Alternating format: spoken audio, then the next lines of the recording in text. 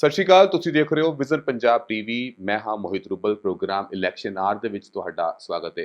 ਹਰ ਹਫਤੇ ਤੋਂ ਇੱਕ ਵਾਰ ਫੇਰ ਇਹ ਪ੍ਰੋਗਰਾਮ ਲੈ ਕੇ ਤੁਹਾਡੇ ਸਾਹਮਣੇ ਹਾਜ਼ਰ ਹੋ ਚੁੱਕੇ ਹਾਂ। ਤੇ ਅਗਰ ਇਸ ਹਫਤੇ ਦੀ ਗੱਲ ਕਰੀ ਤੇ ਇਸ ਹਫਤੇ ਸਭ ਤੋਂ ਜ਼ਿਆਦਾ ਜਿਹੜਾ ਚਰਚਾਵਾਂ ਦਾ ਹਿੱਸਾ ਬਣਿਆ ਉਹ ਸੀ ਐਜੂਕੇਸ਼ਨ ਪਾਲਿਸੀ, ਇਸ ਤੋਂ ਇਲਾਵਾ ਕਿਸਾਨੀ ਮੁੱਦਾ। ਸੋ ਇਸ ਦੋਨੇ ਮੁੱਦਿਆਂ ਦੇ ਬਾਰੇ ਖੁੱਲ੍ਹ ਕੇ ਗੱਲਬਾਤ ਕਰਨ ਲਈ ਸਾਡਾ ਜਿਹੜਾ ਅੱਜ ਦਾ ਪੈਨਲ ਹੈ ਉਹ ਸਾਡੇ ਨਾਲ ਜੁੜ ਚੁੱਕਿਆ ਹੈ। ਜਿਵੇਂ ਕਿ ਅਕਾਲੀ ਦਲ ਤੋਂ ਸਾਡਾ ਜੁੜੇ ਨੇ ਬਲਵਿੰਦਰ ਸਿੰਘ ਭੁੱਲਰ ਜੀ, ਆਮ ਆਦਮੀ ਪਾਰਟੀ ਤੋਂ ਜੁੜੇ ਨੇ ਅਹਿਬਾਬ ਗਰੇਵਾਲ ਜੀ, ਕਾਂਗਰਸ ਤੋਂ ਸਾਡੇ ਨਾਲ ਜੁੜੇ ਨੇ ਸੁਰਜੀਤ ਸਿੰਘ ਸਵੈਸ਼ ਤੇ ਇਸ ਪੂਰੀ ਚਰਚਾ ਦਾ ਹਿੱਸਾ ਬਣੇ ਨੇ ਸੀਨੀਅਰ ਪੱਤਰਕਾਰ ਗੁਰਮੀਤ ਸਿੰਘ ਪਲਾਹੀ ਜੀ। ਸੋ ਸਭ ਦਾ ਮੈਂ ਨਿੱਘਾ ਸਵਾਗਤ ਕਰਦਾ ਹਾਂ। ਸਤਿ ਸ਼੍ਰੀ ਅਕਾਲ ਜੀ ਸਾਰਿਆਂ ਨੂੰ।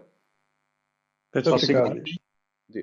ਸਭ ਤੋਂ ਪਹਿਲਾਂ ਪਲਾਹੀ ਸਾਹਿਬ, ਮੈਂ ਤੁਹਾਡੇ ਨਾਲ ਇਸ ਡਿਬੇਟ ਨੂੰ ਸ਼ੁਰੂ ਕਰਨਾ ਚਾਹਾਂਗਾ, ਗੱਲਬਾਤ ਸ਼ੁਰੂ ਕਰਨਾ ਚਾਹਾਂਗਾ ਕਿ ਜੋ ਹੁਣ 3 ਕਾਲੇ ਜਿਹੜੇ ਖੇਤੀ ਕਾਨੂੰਨ ਨੇ ਉਹਨਾਂ ਨੂੰ ਵਾਪਸ ਲਿਆ ਗਿਆ, ਪਰ ਜਿਹੜਾ ਹੋਰ ਹੀ ਸਿਆਸੀ ਰੰਗ ਜਿਹੜਾ ਅਸੀਂ ਸਾਰੇ ਜਾਣੇ ਦੇਖ ਰਹੇ ਹਾਂ ਹੁਣ, ਜਿਹੜੀ ਹੈ ਕਾਫੀ ਵੱਡੇ ਵੱਡੇ ਨਾਮ ਜਿਹੜੇ ਨੇ ਪਾਰਟੀਆਂ ਛੱਡ ਰਹੇ ਨੇ, ਹੋਰ ਪਾਰਟੀਆਂ ਜੁਆਇਨ ਕਰ ਰਹੇ ਨੇ। ਤੇ ਇਸ ਪੂਰੇ ਅੰਦੋਲਨ ਦੇ ਖਤਮ ਹੋਣ ਤੋਂ ਬਾਅਦ, ਕਿਉਂਕਿ ਪੂਰਾ 1 ਸਾਲ ਚੱਲਿਆ, ਹੁਣ ਕਿਸਾਨੀ ਜਿਹੜੇ ਆਪਣੇ ਜਿਹੜੇ ਮੁਖੀ ਸੀਗੇ, ਆਪਾਂ ਕਹਿ ਲਈਏ ਜਿਹੜੇ ਆਗੂ ਸੀਗੇ, ਉਹਨਾਂ ਤੇ ਵੀ ਕਾਫੀ ਗੱਲਾਂ ਹੋ ਰਹੀਆਂ ਨੇ ਕਿ ਸ਼ਾਇਦ ਉਹ ਵੀ ਕਿਸੇ ਨਾ ਕਿਸੇ ਪਾਰਟੀ ਨੂੰ ਜੁਆਇਨ ਕਰ ਸਕਦੇ ਨੇ ਜਾਂ ਫਿਰ ਕਰਨਾ ਚਾਹੀਦਾ। ਇਸ ਪੂਰੀ ਸਿਚੁਏਸ਼ਨ ਨੂੰ ਤੁਸੀਂ ਕਿਵੇਂ ਦੇਖਦੇ ਹੋ ਭਲਾਈ ਜੀ? ਇਵੇਂ ਹੈ ਕਿ ਮੋਦੀ ਜੀ ਨੇ ਜਿਵੇਂ ਅਚਾਨਕ ਕਾਨੂੰਨ ਲਾਗੂ ਕੀਤੇ ਸੀ ਔਰ ਚਿੜੀਓ ਮਰ ਜਾਓ ਚਿੜੀਓ ਜੀਪੋ ਦਾ ਵਰਤਾਰਾ ਨੂੰ ਕਾਇਮ ਰੱਖਦਿਆਂ ਇੱਕ ਡਿਕਟੇਟਰਾਨਾ ਰਵੱਈਆ ਅਖਤਿਆਰ ਕਰਦਿਆਂ ਲੋਕਤੰਤਰ ਦੇ ਉਹਨਾਂ ਸਾਰੇ ਨਿਯਮਾਂ ਦੀਆਂ ਧੱਜੀਆਂ ਉਡਾਉਂਦਿਆਂ ਪਾਰਲੀਮੈਂਟ ਦੇ ਵਿੱਚ ਪਹਿਲਾਂ ਵੀ ਕਾਨੂੰਨਾਂ ਬਾਰੇ ਚਰਚਾ ਨਾ ਕਰਦਿਆਂ ਔਰ ਰੱਦ ਕਰਨ ਵੇਲੇ ਵੀ ਨਾ ਚਰਚਾ ਕਰਦਿਆਂ ਇੱਕ ਅਜੀਬ ਕਿਸਮ ਦਾ ਵਰਤਾਰਾ ਜੋ ਹੈ ਮੋਦੀ ਸਰਕਾਰ ਨੇ ਇਸ ਕਰਕੇ ਪੇਸ਼ ਕਰ ਦਿੱਤਾ ਕਿ ਅੱਗੋਂ ਇਲੈਕਸ਼ਨਾਂ ਨੇ ਔਰ ਉਹਨਾਂ ਨੂੰ ਆਪਣੀ ਹਾਰ ਜਿਹੜੀ ਹੈ ਸਾਹਮਣੇ ਦਿਖਾਈ ਦਿੰਦੀ ਸੀ।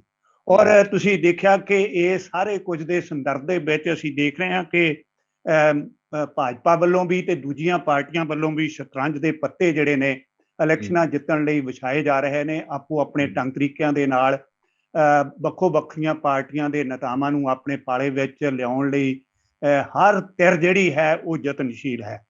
ਔਰ ਪਿਛਲੇ ਦਿਨਾਂ ਦੇ ਵਿੱਚ ਜੋ ਸਰਸਾ ਸਾਹਿਬ ਨੇ ਅਜੀਬ ਕਿਸਮ ਦਾ ਵਰਤਾਰਾ ਕੀਤਾ ਹੈ, ਉਹਦੇ ਬਾਰੇ ਤਾਂ ਮੈਂ ਇੱਕੋ ਗੱਲ ਕਹਿਣਾ ਵੀ ਵੇਖੋ ਦਲਾਲਾਂ ਕਰਕੇ ਦਿੱਲੀ ਹੇਠ ਪੰਜਾਬ, ਤੇ ਪੰਜਾਬ ਦੇ ਹਤੈਸ਼ੀ ਹੋਣ ਦੇ ਥਾਂ ਤੇ ਇੱਕ ਦਲਾਲੀ ਵਾਂਗਰ ਭਾਜਪਾ ਦਾ ਟੂਲ ਬਣ ਕੇ ਜਿਵੇਂ ਕੈਪਟਨ ਅਮਰਿੰਦਰ ਸਿੰਘ ਨੇ ਆਪਣਾ ਵਰਤਾਰਾ ਕੀਤਾ ਹੈ, ਬਿਲਕੁਲ ਇਸੇ ਢੰਗ ਦੇ ਨਾਲ ਕੁਝ ਵੱਡੇ ਟੁੱਠਾਂ ਵਾਲੇ ਜਿਹੜੇ ਨੇਤਾ ਲੋਕ ਨੇ ਉਹ ਵਰਤਾਰਾ ਕਰ ਰਹੇ ਨੇ ਤੇ ਪੰਜਾਬ ਦੇ ਮੁੱਦੇ ਮਸਲਿਆਂ ਦੀ ਸਿਆਸਤ ਨਾ ਕਰਦਿਆਂ ਆਪਣੇ ਆਪਣੇ ਢੰਗ ਨਾਲ ਡੁਗਡਗੀ ਬਚਾ ਰਹੇ ਨੇ। ਇਹ ਪਾਰਟੀਆਂ ਦੇ ਸੋਚਣ ਦਾ ਵੇਲਾ ਹੈ ਕਿ ਉਸ ਵੇਲੇ ਜਦੋਂ ਪੰਜਾਬ ਦੇ ਵਿੱਚ ਔਰ ਹਿੰਦੁਸਤਾਨ ਦੇ ਵਿੱਚ ਕਿਸਾਨ ਜਥੇਬੰਦੀਆਂ ਨੇ ਵਧੀਆ ਢੰਗ ਦੇ ਨਾਲ 1 ਸਾਲ ਦੀ ਵੱਡੀ ਜੱਦੋ ਜਹਿਦ ਤੋਂ ਬਾਅਦ ਇੱਕ ਇਤਿਹਾਸਕ ਜਿੱਤ ਪ੍ਰਾਪਤ ਕੀਤੀ ਹੈ ਔਰ ਇੱਕ ਆਜ਼ਾਦੀ ਦੀ ਤੀਜੀ ਲੜਾਈ ਜੋ ਮੈਂ ਸਮਝਦਾ ਉਸ ਨੂੰ ਜਿੱਤਣ ਦੀ ਸ਼ੁਰੂਆਤ ਕੀਤੀ ਹੈ। ਆਪਣੇ ਆਪ ਦੇ ਵਿੱਚ ਉਹ ਇੱਕ ਬਹੁਤ ਵੱਡੀ ਉਦਾਹਰਣ ਸੀ, ਪਰ ਉਸ ਨੂੰ ਵੀ ਜਿਸ ਢੰਗ ਦੇ ਨਾਲ ਵੱਖੋ ਵੱਖਰੀਆਂ ਪਾਰਟੀਆਂ ਆਪਣਾ ਹਥਿਆਰ ਬਣਾ ਰਹੀਆਂ ਨੇ, ਉਹਨੂੰ ਉਸ ਦਾ ਆਪਣੇ ਹੱਕ ਦੇ ਵਿੱਚ ਉਸ ਨੂੰ ਬਣਾ ਰਹੀਆਂ ਨੇ, ਉਹ ਇੱਕ ਬਹੁਤ ਵੱਡੇ ਸਵਾਲ ਖੜੇ ਕਰਦਾ ਕਿ ਸਿਆਸੀ ਪਾਰਟੀਆਂ ਦਾ ਕਿਰਦਾਰ ਜਿਹੜਾ ਹੈ, ਇਹੋ ਜਿਹੀਆਂ ਸਿਆਸੀ ਪਾਰਟੀਆਂ ਦਾ ਜਿਨ੍ਹਾਂ ਨੇ ਕੀਤਾ ਕੁਛ ਨਹੀਂ ਔਰ ਸ਼ਾਹ ਮਾਰਨ ਵਾਲੀ ਗੱਲ ਜਿਹੜੀ ਹੈ ਆਪਣੇ ਪੱਲੇ ਪਾ ਕੇ ਬਣ ਕੇ ਅੱਗੋਂ ਤੁਰਨੇ ਚਾਹੁੰਦੀਆਂ ਨੇ, ਉਹਨਾਂ ਦੇ ਉੱਤੇ ਸਵਾਲ ਜਿਹੜੇ ਹੈ ਲੋਕ ਵੀ ਖੜੇ ਕਰਦੇ ਨੇ, ਜਨਤਾ ਵੀ ਖੜੇ ਕਰੇਗੀ ਔਰ ਸਿੰਸੀਅਰ ਪੋਲੀਟੀਸ਼ੀਅਨ ਵੀ ਉਹਨਾਂ ਦੇ ਉੱਤੇ ਸਵਾਲ ਖੜੇ ਕਰਨਗੇ। ਮੋਹਿਤ ਜੀ ਜੀ ਵਾਕਈ ਗੱਲ ਪੰਜਾਬ ਦੀ ਹੈ, ਪੰਜਾਬੀਅਤ ਦੀ ਗੱਲ ਹੈ, ਤੇ ਇੱਥੇ ਆਪਣੇ ਆਪ ਨੂੰ ਇੰਨਾ ਜ਼ਿਆਦਾ ਕਹਿ ਕੇ ਕਿ ਨਹੀਂ ਅਸੀਂ ਪੰਜਾਬ ਲਈ ਇਹ ਕਰ ਦਾਂਗੇ ਉਹ ਕਰ ਦੇਵਾਂਗੇ, ਤੇ ਜਿਸ ਇਨਸਾਨ ਜਿਹਨਾਂ ਦੀ ਪਾਰਟੀ ਨੇ ਇੰਨਾ ਕੁਝ ਕੀਤਾ ਹੋਵੇ ਜਾ ਕੇ ਤੁਸੀਂ ਉਹਨਾਂ ਦੇ ਨਾਲ ਹੀ ਜੁੜਦੇ ਹੋ ਤਾਂ ਵਾਕਈ ਬੜੀ ਮੰਦਭਾਗੀ ਗੱਲ ਹੈ। ਸਭ ਤੋਂ ਪਹਿਲਾਂ ਮੈਂ ਅਕਾਲੀ ਦਲ ਦੇ ਜਿਹੜੇ ਬਲਵਿੰਦਰ ਸਿੰਘ ਭੁੱਲਰ ਜੀ ਹੋਣਾ ਨੇ ਉਹਨਾਂ ਕੋਲ ਜਾਣਨਾ ਚਾਹਾਂਗਾ ਕਿ ਜੋ ਚੀਜ਼ ਹੋਈ ਹੈ, ਜਿਵੇਂ ਹੁਣ ਸਿਰਸਾ ਸਾਹਿਬ ਉੱਧਰ ਨੂੰ ਗਏ ਨੇ, ਇਹਦੇ ਬਾਰੇ ਤੁਹਾਡਾ ਕੀ ਬਿਆਨ ਹੈ? ਤੁਸੀਂ ਕੀ ਕਹਿਣਾ ਚਾਹੋਗੇ? ਤੁਸੀਂ ਫੇਵਰ ਕਰਦੇ ਹੋ ਜਾਂ ਫਿਰ ਤੁਸੀਂ ਵੀ ਟਿੱਪਣੀ ਦੇਣਾ ਚਾਹੋਗੇ ਆਪਣੀ? ਭੁੱਲਰ ਸਾਹਿਬ। ਗੱਲ ਇਹ ਹੈ ਜੀ, ਪਹਿਲਾਂ ਤਾਂ ਮੈਂ ਸਾਰਿਆਂ ਨੂੰ ਫਤਿਹ ਅਰਜ਼ ਕਰਦਾ। ਵਾਹਿਗੁਰੂ ਜੀ ਕਾ ਖਾਲਸਾ, ਵਾਹਿਗੁਰੂ ਜੀ ਕੀ ਫਤਿਹ। ਮੈਂ ਇੱਥੇ ਇੱਕ ਗੱਲ ਜ਼ਰੂਰ ਕਹੂੰਗਾ ਕਿ ਇਹ ਸਿਆਸਤ ਨਿਗਾਰ ਵੱਲ ਜਾਣ ਦਾ ਵੱਡਾ ਇੱਕ ਸਬੂਤ ਹੈ। ਇਹਦੇ 'ਚ 2 ਗੱਲਾਂ ਹੋ ਸਕਦੀਆਂ। ਹੁਣ ਮੈਨੂੰ ਨਹੀਂ ਪਤਾ, ਆਈ ਕਾਂਟ ਨੋ ਬਈ ਸਰਸਾ ਸਾਹਿਬ ਕਿਸੇ ਮਜਬੂਰੀ ਵੱਸ ਗਏ ਨੇ, ਉਹਨਾਂ ਤੇ ਕੋਈ ਦਬਾਅ ਪਾਇਆ ਗਿਆ ਜਾਂ ਕੋਈ ਲਾਲਚ ਦਿੱਤਾ ਗਿਆ। ਲਾਲਚ ਤਾਂ ਚਲੋ ਸਿਆਸਤ ਦੇ ਵਿੱਚ ਪਹਿਲਾਂ ਤੋਂ ਹੀ ਦਿੱਤਾ ਜਾਂਦਾ ਰਿਹਾ, ਇਸ ਗੱਲ ਦੇ ਕੋਈ ਦੋ ਰਾਏ ਨਹੀਂ। ਪੁਰਾਣੇ ਟਾਈਮਾਂ ਦੇ ਵਿੱਚ ਵੀ ਰਾਜੇ ਮਹਾਰਾਜੇ ਇੱਕ ਦੂਜੇ ਦਾ ਵਜ਼ੀਰ ਪੱਟ ਲੈਂਦੇ ਸੀ, ਸੌ ਕੁਝ ਕਰਦੇ ਸੀ ਜੰਗਾਂ ਯੋਧਾ ਜਿੱਤਣ ਵਾਸਤੇ, ਤੇ ਇਸ ਤਰ੍ਹਾਂ ਦੀਆਂ ਗੱਲਾਂ ਪਹਿਲਾਂ ਵੀ ਕੀਤੀਆਂ ਜਾਂਦੀਆਂ ਸੀ।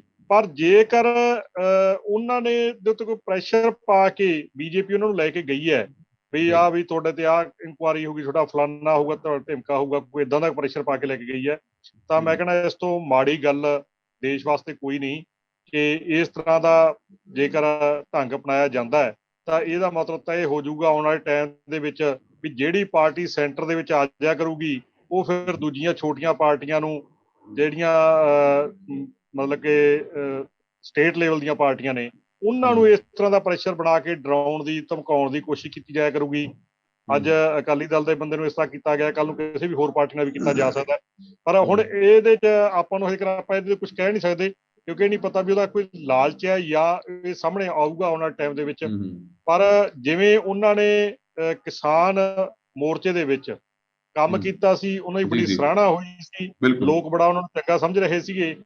ਉਸ ਗੱਲ ਨੂੰ ਉਹਨਾਂ ਨੇ ਲੋਕਾਂ ਦੇ ਵਿਸ਼ਵਾਸ ਨੂੰ ਤੋੜਿਆ, ਮੈਂ ਤਾਂ ਇਹ ਕਹੂੰਗਾ ਖਾਸ ਕਰਕੇ ਕਿਸਾਨਾਂ ਦੇ ਵਿਸ਼ਵਾਸ ਨੂੰ ਤੋੜਿਆ, ਜਨਤਾ ਦੇ ਵਿਸ਼ਵਾਸ ਨੂੰ ਤੋੜਿਆ।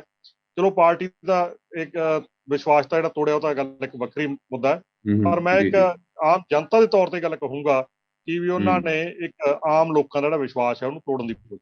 ਜੀ ਵਾਕਈ ਜੀ 26 ਜਨਵਰੀ ਦੀ ਘਟਨਾ ਤੋਂ ਬਾਅਦ ਕਿੰਨੇ ਹੀ ਲੋਕਾਂ ਨੂੰ ਜਦੋਂ ਫੜੇ ਗਏ ਸੀਗੇ ਤੇ ਉਹਨਾਂ ਦੀ ਪੈਰਵੀ ਕਰਨੀ, ਉਹਨਾਂ ਦੇ ਕੇਸ ਦੀ, ਉਹਨਾਂ ਨੂੰ ਵਾਪਸ ਲੈ ਕੇ ਆਉਣਾ, ਸੋ ਸਾਰੇ ਜਿਹੜੇ ਕੰਮ ਨੇ ਸਿਰਸਾ ਸਾਹਿਬ ਨੇ ਆਪ ਅੱਗੇ ਹੋ ਕੇ ਕੀਤੇ ਨੇ। ਪਰ ਹੁਣ ਆ ਕੇ ਜਿਵੇਂ ਤੁਸੀਂ ਕਿਹਾ ਕਿ ਵਿਸ਼ਵਾਸ ਪਾਰਟੀ ਦਾ ਟੁੱਟਾ ਹੀ ਟੁੱਟਾ, ਆਮ ਲੋਕਾਂ ਦਾ ਵੀ ਟੁੱਟਾ। ਸੋ ਪਰ ਜਿਹੜੀ ਆ ਜਿਹੜਾ ਅੰਦਰੋਂ ਉਹ ਇਕੱਲੇ ਸਰਸਾ ਜੀ ਨੇ ਨਹੀਂ ਕੀਤੇ ਜੀ, ਉਹ ਪਾਰਟੀ ਦੀ ਨੀਤੀ ਸੀਗੀ, ਪਾਰਟੀ ਨੇ ਇਸ ਗੱਲ ਤੇ ਅੱਗੇ ਹੋ ਕੇ ਬਿਲਕੁਲ ਜੀ, ਤੇ ਅੱਗੇ ਤਾਂ ਕਿਸੇ ਨੂੰ ਲਾਉਣਾ ਹੀ ਪੈਂਦਾ ਨਾ। ਹੁਣ ਦਿੱਲੀ ਦੇ ਵਿੱਚ ਜਾ ਕੇ ਸਾਰੀ ਪਾਰਟੀ, ਹੁਣ ਕੋਈ ਲੁਧਿਆਣੇ ਤੋਂ ਮੰਤਰੀ ਤੇ ਜਾ ਕੇ ਉੱਥੇ ਬਹਿ ਨਹੀਂ ਸਕਦਾ, ਕੋਈ ਆਪਾਂ ਕਿਸੇ ਹੋਰ ਲੀਡਰ ਨੂੰ ਕਹੀਏ ਜਾ ਕੇ ਬਹਿ ਨਹੀਂ ਸਕਦਾ। ਜਿਹੜਾ ਉੱਥੇ ਦਿੱਲੀ 'ਚ ਬੈਠਾ ਬੰਦਾ ਉਹੀ ਇਸ ਗੱਲ ਨੂੰ ਅੱਗੇ ਹੋ ਕੇ ਕਰ ਸਕਦਾ ਸੀਗਾ। ਪਰ ਜਿਹੜੀ ਵੱਡੀਆਂ ਪਾਰਟੀਆਂ ਨੇ, ਜਿਹੜੀਆਂ ਬਹੁਤੀਆਂ ਪਾਵਰਫੁਲ ਪਾਰਟੀਆਂ ਨੇ, ਜਿਵੇਂ ਹੁਣੇ ਭੁੱਲਰ ਸਾਹਿਬ ਨੇ ਕਿਹਾ ਕਿ ਛੋਟੀਆਂ ਪਾਰਟੀ ਨੂੰ ਜਾਂ ਫਿਰ ਸੂਬਾ ਪੱਧਰ ਦੀ ਪਾਰਟੀ ਨੂੰ ਕਿਵੇਂ ਦਬਾਉਣ ਦੀ ਜਾਂ ਫਿਰ ਉਹਨਾਂ ਨੂੰ ਕਿਸੇ ਵੀ ਤਰੀਕੇ ਨਾਲ, ਚਾਹੇ ਲਾਲਚ ਦੀ ਗੱਲ ਕਰ ਲਈਏ, ਚਾਹੇ ਡਰਾਉਣ ਦੀ ਗੱਲ ਕਰ ਲਈਏ, ਆਪਣੀ ਪਾਰਟੀ 'ਚ ਸ਼ਾਮਿਲ ਕੀਤਾ ਜਾ ਰਿਹਾ। ਸੋ ਜਿਹੜਾ ਸਿਲਸਿਲਾ ਹੈ ਉਹ ਕਾਂਗਰਸ ਤੋਂ ਸ਼ੁਰੂ ਹੋਇਆ, ਕਿਉਂਕਿ ਕਾਂਗਰਸ ਦੇ ਬਹੁਤ ਵੱਡੇ ਜਿਹੜੇ ਲੀਡਰ, ਜਿਹੜੇ ਮਾਨਯੋਗ ਮੁੱਖ ਮੰਤਰੀ ਸਾਹਿਬ ਵੀ ਸਨ, ਪਰ ਉਹਨਾਂ ਭਾਵੇਂ ਉਹਨਾਂ ਨੇ ਅਫੀਸ਼ੀਅਲੀ ਬੀਜੇਪੀ ਜੁਆਇਨ ਨਹੀਂ ਕੀਤੀ, ਉਹਨਾਂ ਨੇ ਹੋਰ ਪਾਰਟੀ ਕਹਿਤੀ, ਪਰ ਹਾਂ ਅੰਦਰੋਂ ਅੰਦਰੀ ਕੁੰਡੀ ਉੱਧਰ ਵੀ ਜੋੜ ਲਈ ਕਿ ਨਹੀਂ ਮੈਂ ਬੀਜੇਪੀ ਦੇ ਵਿੱਚ, ਮੈਂ ਗਠਬੰਧਨ ਦੇ ਨਾਲ ਇਹ ਚੀਜ਼ ਕਰਨ ਨੂੰ ਤਿਆਰ ਹਾਂ। ਸੋ ਉੱਥੇ ਵੀ ਲੋਕਾਂ ਨੂੰ ਕਾਫੀ ਧੱਕਾ ਲੱਗਾ ਸੀਗਾ। ਪਰ ਹੁਣ ਦੀ ਸਿਚੁਏਸ਼ਨ ਨੂੰ ਵੀ ਸਿਰਸਾ ਸਾਹਿਬ ਵੱਲ ਦੇਖ ਕੇ ਤਾਂ ਮੈਂ ਹੁਣ ਅਗਲਾ ਸਵਾਲ ਸਵੈਜ ਸਾਹਿਬ ਤੋਂ ਪੁੱਛਾਂਗਾ। ਸਵੈਜ ਸਾਹਿਬ, ਤੁਸੀਂ ਕਿਵੇਂ ਦੇਖਦੇ ਹੋ ਕਿ ਜੋ ਹੁਣੇ ਮਾਹੌਲ ਜਿਹੜਾ ਅਸੀਂ ਦੇਖ ਰਹੇ ਹਾਂ ਕਿਸਾਨੀ ਅੰਦੋਲਨ ਤੋਂ ਬਾਅਦ, ਕਿਉਂਕਿ ਹੱਲੇ ਵੀ ਕਿਸਾਨ ਜਿਹੜੇ ਨੇ ਉੱਥੇ ਡਟੇ ਹੋਏ ਨੇ, ਕਹਿ ਰਹੇ ਨੇ ਕਿ ਭਈ MSP ਦੇ ਉੱਪਰ ਜਦੋਂ ਤੱਕ ਸਾਨੂੰ ਇੱਕ ਪੱਕਾ ਕਾਨੂੰਨ ਜਾਂ ਕੋਈ ਸਰਕਾਰ ਪੂਰਾ ਆਸ਼ਵਾਸਨ ਨਹੀਂ ਦਿੰਦੀ ਆਪਾਂ ਨਹੀਂ ਹਟਦੇ। ਹਾਲਾਂਕਿ ਕਾਫੀ ਜਿਹੜੇ ਨੇ ਲੋਕ ਵਾਪਸ ਆਉਣਾ ਸ਼ੁਰੂ ਹੋ ਗਏ ਨੇ। ਇਸ ਪੂਰੇ ਸਿਚੁਏਸ਼ਨ ਨੂੰ ਤੁਸੀਂ ਕਿਵੇਂ ਦੇਖਦੇ ਹੋ ਸੁਰਜੀਤ ਸਿੰਘ ਸਵੈਜ ਜੀ? ਦੇਖੋ ਜੀ, ਜਿਹੜੀਆਂ 3 ਕਾਨੂੰਨ ਜਿਹੜੇ ਰੱਦ ਹੋਏ ਨੇ, ਇਹ ਕਿਸਾਨਾਂ ਦੀ ਬਹੁਤ ਵੱਡੀ ਜਿੱਤ ਹੈਗੀ ਹੈ ਜੀ। ਇਹ ਜਿਹੜਾ ਹੈਗਾ ਐਡਾ ਵੱਡਾ ਸੰਘਰਸ਼ ਸੀਗਾ, ਤੇ ਉਹ ਸੰਘਰਸ਼ ਜਿਹੜਾ ਹੈਗਾ ਕਾਮਯਾਬ ਹੋਇਆ ਜੀ। ਲੇਕਿਨ ਅਜੇ ਆਪਾਂ ਪੂਰੀ ਤਰ੍ਹਾਂ ਜਿਹੜੀ ਹੈਗੀ ਗੱਲ ਉਹ ਨਹੀਂ ਮੰਨੀ ਗਈ। ਜਿਵੇਂ ਮੁੱਖ ਮੰਗ ਜਿਹੜੀ ਰਹਿੰਦੀ ਹੈਗੀ ਹੈ ਜੀ, ਉਹ MSP ਨੂੰ ਜਿਹੜਾ ਲੀਗਲ ਸਟੇਟਸ ਦੇਣਾ ਹੈ, ਜਿਹੜੀ ਇਹ ਵੀ ਇੱਕ ਮੁੱਖ ਮੰਗ ਹੈਗੀ ਹੈ ਕਿਸਾਨਾਂ ਦੀ, ਤੇ ਸ਼ੁਰੂ ਤੋਂ ਰਹੀ ਹੈਗੀ ਹੈ। ਇਸੇ ਤਰ੍ਹਾਂ 40-50 ਹਜ਼ਾਰ ਜਿਹੜੇ ਕੇਸ ਦਰਜ ਹੋਏ ਨੇ ਇਸ ਸੰਘਰਸ਼ ਦੇ ਦੌਰਾਨ, ਉਹ ਵੀ ਮੰਗ ਵੱਡੀ ਹੈਗੀ ਹੈ। ਅਗਰ ਹੁਣ ਵਾਪਸ ਨਹੀਂ ਹੁੰਦੇ, ਬਾਅਦ ਦੇ ਵਿੱਚ ਬੜੀ ਪ੍ਰੋਬਲਮ ਆਉਂਦੀ ਹੈਗੀ ਹੈ। ਬਾਅਦ ਦੇ ਵਿੱਚ ਸਰਕਾਰਾਂ ਫਿਰ ਪਿੱਛੇ ਹਟ ਜਾਂਦੀਆਂ ਨੇ, ਇਹ ਫਿਰ ਕੇਸ ਭੁਗਤਣੇ ਬੜੇ ਔਖੇ ਨੇ, ਉਹ ਵੀ ਹੁਣੇ ਕਰਨ ਵਾਲੇ ਨੇ। ਤੇ ਇਸੇ ਤਰ੍ਹਾਂ ਜਿਹੜੀ ਲਖੀਮਪੁਰ ਵਾਲੀ ਘਟਨਾ ਹੈਗੀ ਹੈ, ਬਿਲਕੁਲ ਉਹਦਾ ਜਿਹੜਾ ਮੁੱਖ ਦੋਸ਼ੀ ਨੇ ਉਹ ਵੀ ਜਿਹੜੇ ਹੈਗੇ, ਨਾ ਤਾਂ ਉਹਨੇ ਨੇ ਅਸਤੀਫਾ ਦਿੱਤਾ ਹੈਗਾ, ਮਿਸ਼ਰਾ ਦੇ ਜਿਹੜਾ ਉਹਦਾ ਮੰਤਰੀ ਹੈਗਾ, ਯੂਨੀਅਨ ਮਿਨਿਸਟਰ ਹੈਗਾ, ਤੇ ਉਹ ਬਹੁਤ ਵੱਡੀ ਗੱਲ ਹੈਗੀ ਹੈ। ਅਗਲੀ ਗੱਲ ਜਿਹੜੀ ਹੈਗੀ ਹੈ, ਤਕਰੀਬਨ 700 ਤੋਂ 750 ਦੇ ਵਿੱਚ ਜਿਹੜੇ ਕਿਸਾਨਾਂ ਦੀਆਂ ਜਿਹੜੀਆਂ ਜਾਨਾਂ ਗਈਆਂ ਨੇ, ਸ਼ਹੀਦ ਹੋਏ ਨੇ, ਬਿਲਕੁਲ ਉਹਨਾਂ ਬਾਰੇ ਜਿਹੜੀ ਸਭ ਤੋਂ ਦੁਖਦਾਈ ਗੱਲ ਇਹ ਹੈਗੀ ਹੈ ਕਿ ਸਰਕਾਰ ਕਹਿੰਦੀ ਹੈ ਕਿ ਸਾਡੇ ਕੋਲ ਤਾਂ ਕੋਈ ਅੰਕੜੇ ਹੈ ਨਹੀਂ, ਸਾਡੇ ਕੋਲ ਐਂਟਰੀ ਹੈ ਨਹੀਂ, ਤੇ ਮੁਆਵਜ਼ੇ ਦੀ ਗੱਲ ਤਾਂ ਬਾਅਦ ਦੀ ਹੈਗੀ ਹੈ। ਉਹਨਾਂ ਦਾ ਜਿਹੜਾ ਦਰਜ ਵੀ ਕਰਨਾ, ਸਾਰਾ ਸੂਚੀਬੱਧ ਕਰਨਾ, ਤੇ ਉਹਨਾਂ ਨੂੰ ਮੁਆਵਜ਼ਾ ਦੇਣਾ ਕੇਂਦਰ ਸਰਕਾਰ ਦੀ ਵੱਡੀ ਜ਼ਿੰਮੇਵਾਰੀ ਹੈਗੀ ਹੈ। ਤੇ ਇਸੇ ਤਰ੍ਹਾਂ ਜਿਹੜੇ ਦੂਜੀਆਂ 2 ਬਿਜਲੀ ਦਾ ਬਿੱਲ ਹੈਗਾ, ਦੂਜਾ ਹੈਗਾ ਜੋ ਹਾਂ ਹੁਣ ਕਿਹਾ ਕਿ ਹਾਂਜੀ ਉਹ ਨਹੀਂ ਲੈ ਕੇ ਆਵਾਂਗੇ, ਇਸ ਤਰ੍ਹਾਂ ਦੀਆਂ ਗੱਲਾਂ ਇਹ ਬਹੁਤ ਜ਼ਰੂਰੀ ਨੇ। ਤੇ ਇਸ ਤੋਂ ਪਹਿਲਾਂ ਬਾਕੀ ਫੈਸਲਾ ਕਿਸਾਨਾਂ ਨੇ ਕਰਨਾ ਹੈ, ਕਿਸਾਨ ਜਥੇਬੰਦੀਆਂ ਨੇ ਕਰਨਾ, ਕਿਸਾਨ ਮੋਰਚੇ ਨੇ ਕਰਨਾ ਹੈਗਾ ਜੀ। ਲੇਕਿਨ ਇਹਦੇ ਬਾਰੇ ਕੋਈ ਕੰਕਰੀਟ ਤੇ ਠੋਸ ਜਿਹੜੀ ਗੱਲ ਸਰਕਾਰ ਵੱਲੋਂ ਉਹ ਲੈਣੀ ਬਣਦੀ ਹੈ ਪਹਿਲਾਂ। ਤੇ ਲੱਗਦਾ ਹੈ ਕਿ ਕਿਸਾਨ ਇਸ ਗੱਲ ਤੇ ਅੜੇ ਹੋਏ ਨੇ, ਤੇ ਉਹ ਠੋਸ ਸਰਕਾਰ ਦਾ ਜਿਹੜਾ ਹੈਗਾ ਇਸ ਗੱਲ ਤੇ ਜਵਾਬ ਲੈ ਕੇ ਹੀ ਆਉਣਗੇ, ਉੱਥੋਂ ਏਦਾਂ ਨਹੀਂ ਆਉਣਗੇ। ਜੀ ਜੀ ਗਰੇਵਾਲ ਸਾਹਿਬ, ਤੁਹਾਡੇ ਕੋਲ ਪੁੱਛਣਾ ਕਿ ਜਿਵੇਂ ਹੁਣੇ ਸਵੈ ਸਾਹਿਬ ਨੇ ਗੱਲ ਕੀਤੀ ਕਿ ਸਰਕਾਰ ਦੀ ਕਿੰਨੀ ਮੰਦਭਾਗੀ ਗੱਲ ਹੈ। ਕਹਿੰਦੇ ਸਾਡੇ ਕੋਲ ਤਾਂ ਇੱਕ ਵੀ ਬੰਦੇ ਦਾ ਡਾਟਾ ਨਹੀਂ ਕਿ ਕਿੰਨੇ ਲੋਕ ਸ਼ਹੀਦ ਹੋਏ ਨੇ, ਕਿੰਨੇ ਲੋਕੀ ਇੱਥੋਂ ਦੀ ਜਿਹੜੇ ਜਾਨ ਗਵਾ ਕੇ ਗਏ ਨੇ, ਆਪਾਂ ਉਹਨਾਂ ਨੂੰ ਮੁਆਵਜ਼ਾ ਨਹੀਂ ਦਿੰਦੇ। ਪਰ ਸੇਮ ਟਾਈਮ ਤੇ ਸਰਕਾਰ ਇੰਨੀ ਗੱਲ ਕਹਿੰਦੀ ਹੈ ਕਿ ਬਈ ਜਿਹੜੇ ਸਾਲ ਕਿਸਾਨ ਇੱਥੇ ਬੈਠੇ ਰਹੇ ਨੇ ਉਹਦੇ ਕਰਕੇ ਇੰਨਾ ਨੁਕਸਾਨ ਹੋ ਗਿਆ। ਸੋ ਨੁਕਸਾਨਾਂ ਦਾ ਡਾਟਾ ਇਹਨਾਂ ਕੋਲ ਹੈ, ਪਰ ਕਿੰਨੇ ਲੋਕ ਸ਼ਹੀਦ ਹੋਏ ਇਹਦਾ ਡਾਟਾ ਨਹੀਂ ਹੈ। ਸਿਮਿਲਰਲੀ ਜਦੋਂ ਕੋਵਿਡ ਦੇ ਦੌਰਾਨ ਜਦੋਂ ਲੋਕ ਕਾਫੀ ਸਾਰੇ ਜਦੋਂ ਆਪੀ ਤੁਰਨਾ ਸ਼ੁਰੂ ਕਰ ਗਏ ਸੀਗੇ, ਉਦੋਂ ਕਾਫੀ ਸਾਰੇ ਲੋਕ ਜਿਹੜੇ ਨੇ ਸਾਡੇ ਪ੍ਰਵਾਸੀ ਭੈਣ ਭਰਾ ਸੀਗੇ ਉਹ ਵੀ ਕਾਫੀ ਸਾਰੇ ਮਰ ਗਏ, ਉਹਨਾਂ ਦਾ ਵੀ ਡਾਟਾ ਉਹਨਾਂ ਕੋਲ ਨਹੀਂ ਸੀਗਾ। ਡੀਮੋਨੇਟਾਈਜੇਸ਼ਨ ਦੇ ਵੇਲੇ ਵੀ ਕਾਫੀ ਸਾਰੇ ਲੋਕ ਜਦੋਂ ਲਾਈਨਾਂ 'ਚ ਖੜੇ ਮਰ ਗਏ, ਉਦੋਂ ਵੀ ਇਹਨਾਂ ਕੋਲ ਡਾਟਾ ਨਹੀਂ ਸੀਗਾ। ਸੋ ਆਹ ਜਿਹੜੀ ਗੰਦੀ ਸਿਆਸਤ ਜਿਹੜੀ ਹੈ ਭਾਜਪਾ ਸਰਕਾਰ ਕਰ ਰਹੀ ਹੈ, ਜਾਂ ਫਿਰ ਕਿਸਾਨੀ ਅੰਦੋਲਨ ਦੇ ਨਾਲ ਜੁੜ ਕੇ ਜੇ ਗੱਲ ਕਰੀਏ ਤਾਂ ਤੁਸੀਂ ਕਿਵੇਂ ਦੇਖਦੇ ਹੋ ਸਾਰੀ ਗੱਲ ਨੂੰ ਗਰੇਵਾਲ ਸਾਹਿਬ? ਮੋਹਿਤ ਜੀ ਦੇਖੋ, ਸਭ ਤੋਂ ਪਹਿਲਾਂ ਤਾਂ ਇਹ ਜਿਹੜੀ ਜਿੱਤ ਹੈ ਇਹ ਨਿਰੋਲ ਕਿਸਾਨਾਂ ਦੀ ਜਿੱਤ ਹੈ। ਇਹਦੇ 'ਚ ਕਿਸੇ ਪੋਲੀਟੀਕਲ ਪਾਰਟੀ ਦਾ ਕੋਈ ਰੋਲ ਨਹੀਂ ਤੇ ਕਿਸੇ ਪੋਲੀਟੀਕਲ ਪਾਰਟੀ ਨੂੰ ਕੋਈ ਕ੍ਰੈਡਿਟ ਨਹੀਂ ਜਾਂਦਾ। ਇਹ ਸਿਰਫ ਤੇ ਸਿਰਫ ਕਿਸਾਨਾਂ ਦੀ ਜਿੱਤ ਹੈ। ਰਹੀ ਭਾਜਪਾ ਦੀ ਗੱਲ, ਤੁਸੀਂ ਇੱਕ ਗੱਲ ਦੇਖੋ ਕਿ ਭਾਜਪਾ ਤਾਂ ਸ਼ੁਰੂ ਤੋਂ ਕਿਸਾਨਾਂ ਨੂੰ ਦੁਸ਼ਮਣ ਸਮਝ ਕੇ ਚੱਲ ਰਹੀ ਸੀ। ਸੋ ਦੁਸ਼ਮਣ ਦੀ ਮੌਤ ਦੇ ਆંકੜੇ ਭਾਜਪਾ ਨਹੀਂ ਰੱਖੂਗੀ। ਇਹ ਡਿਊਟੀ ਬਣਦੀ ਹੈ ਬਾਕੀ ਡੈਮੋਕ੍ਰੈਟਿਕ ਪਾਰਟੀਆਂ ਦੀ ਕਿ ਇਹਦਾ ਰਿਕਾਰਡ ਇਕੱਠਾ ਕਰਕੇ ਇਹਨੂੰ ਅੱਗੇ ਕਰਨ, ਸਰਕਾਰ ਨੂੰ ਫੋਰਸ ਕਰਨ ਕਿਸਾਨਾਂ ਦੇ ਨਾਲ ਲਾ ਕੇ, ਕਿਉਂਕਿ ਲੜਾਈ ਇਹ ਕਿਸਾਨ ਐਕਸਕਲੂਸਿਵਲੀ ਆਪਣੀ ਰੱਖਣੀ ਚਾਹੁੰਦੇ ਆ ਤਾਂ ਸਾਨੂੰ ਉਹਦੀ ਰਿਸਪੈਕਟ ਕਰਨੀ ਚਾਹੀਦੀ, ਪਹਿਲੀ ਗੱਲ। ਦੂਜੀ ਗੱਲ ਸਰ, ਜਿਹੜੀ ਭਾਜਪਾ ਸਰਕਾਰ ਹੈ, ਜੋ ਸਮੀਕਰਨ ਬਣ ਰਹੇ ਆ, ਤੁਸੀਂ ਦੇਖੋ ਕੈਪਟਨ ਸਾਹਿਬ ਆਪਣੀ ਪਾਰਟੀ ਦਾ ਐਲਾਨ ਕਰਦੇ ਆ, ਅਮਿਤ ਸ਼ਾਹ ਨੂੰ ਮਿਲਦੇ ਆ, ਉਦੋਂ ਟੈਂਪਲੇਟ ਤਾਂ ਸੈੱਟ ਹੋ ਗਿਆ ਸੀਗਾ ਕਿ ਕਾਨੂੰਨ ਵਾਪਸ ਹੋ ਜਾਣਗੇ।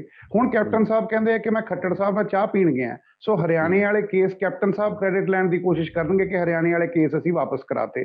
ਕੈਪਟਨ ਸਾਹਿਬ ਦਿੱਲੀ ਦੀ ਲੈਣ ਦੀ ਕੋਸ਼ਿਸ਼ ਕਰਨਗੇ ਕਿ ਅਸੀਂ ਕੇਸ ਵਾਪਸ ਕਰਾਤੇ। ਜਿਹੜੀ ਇਹ ਸਿਆਸਤ ਆਉਣੀ ਹੈ ਜਾਣਦੀ ਹੈ।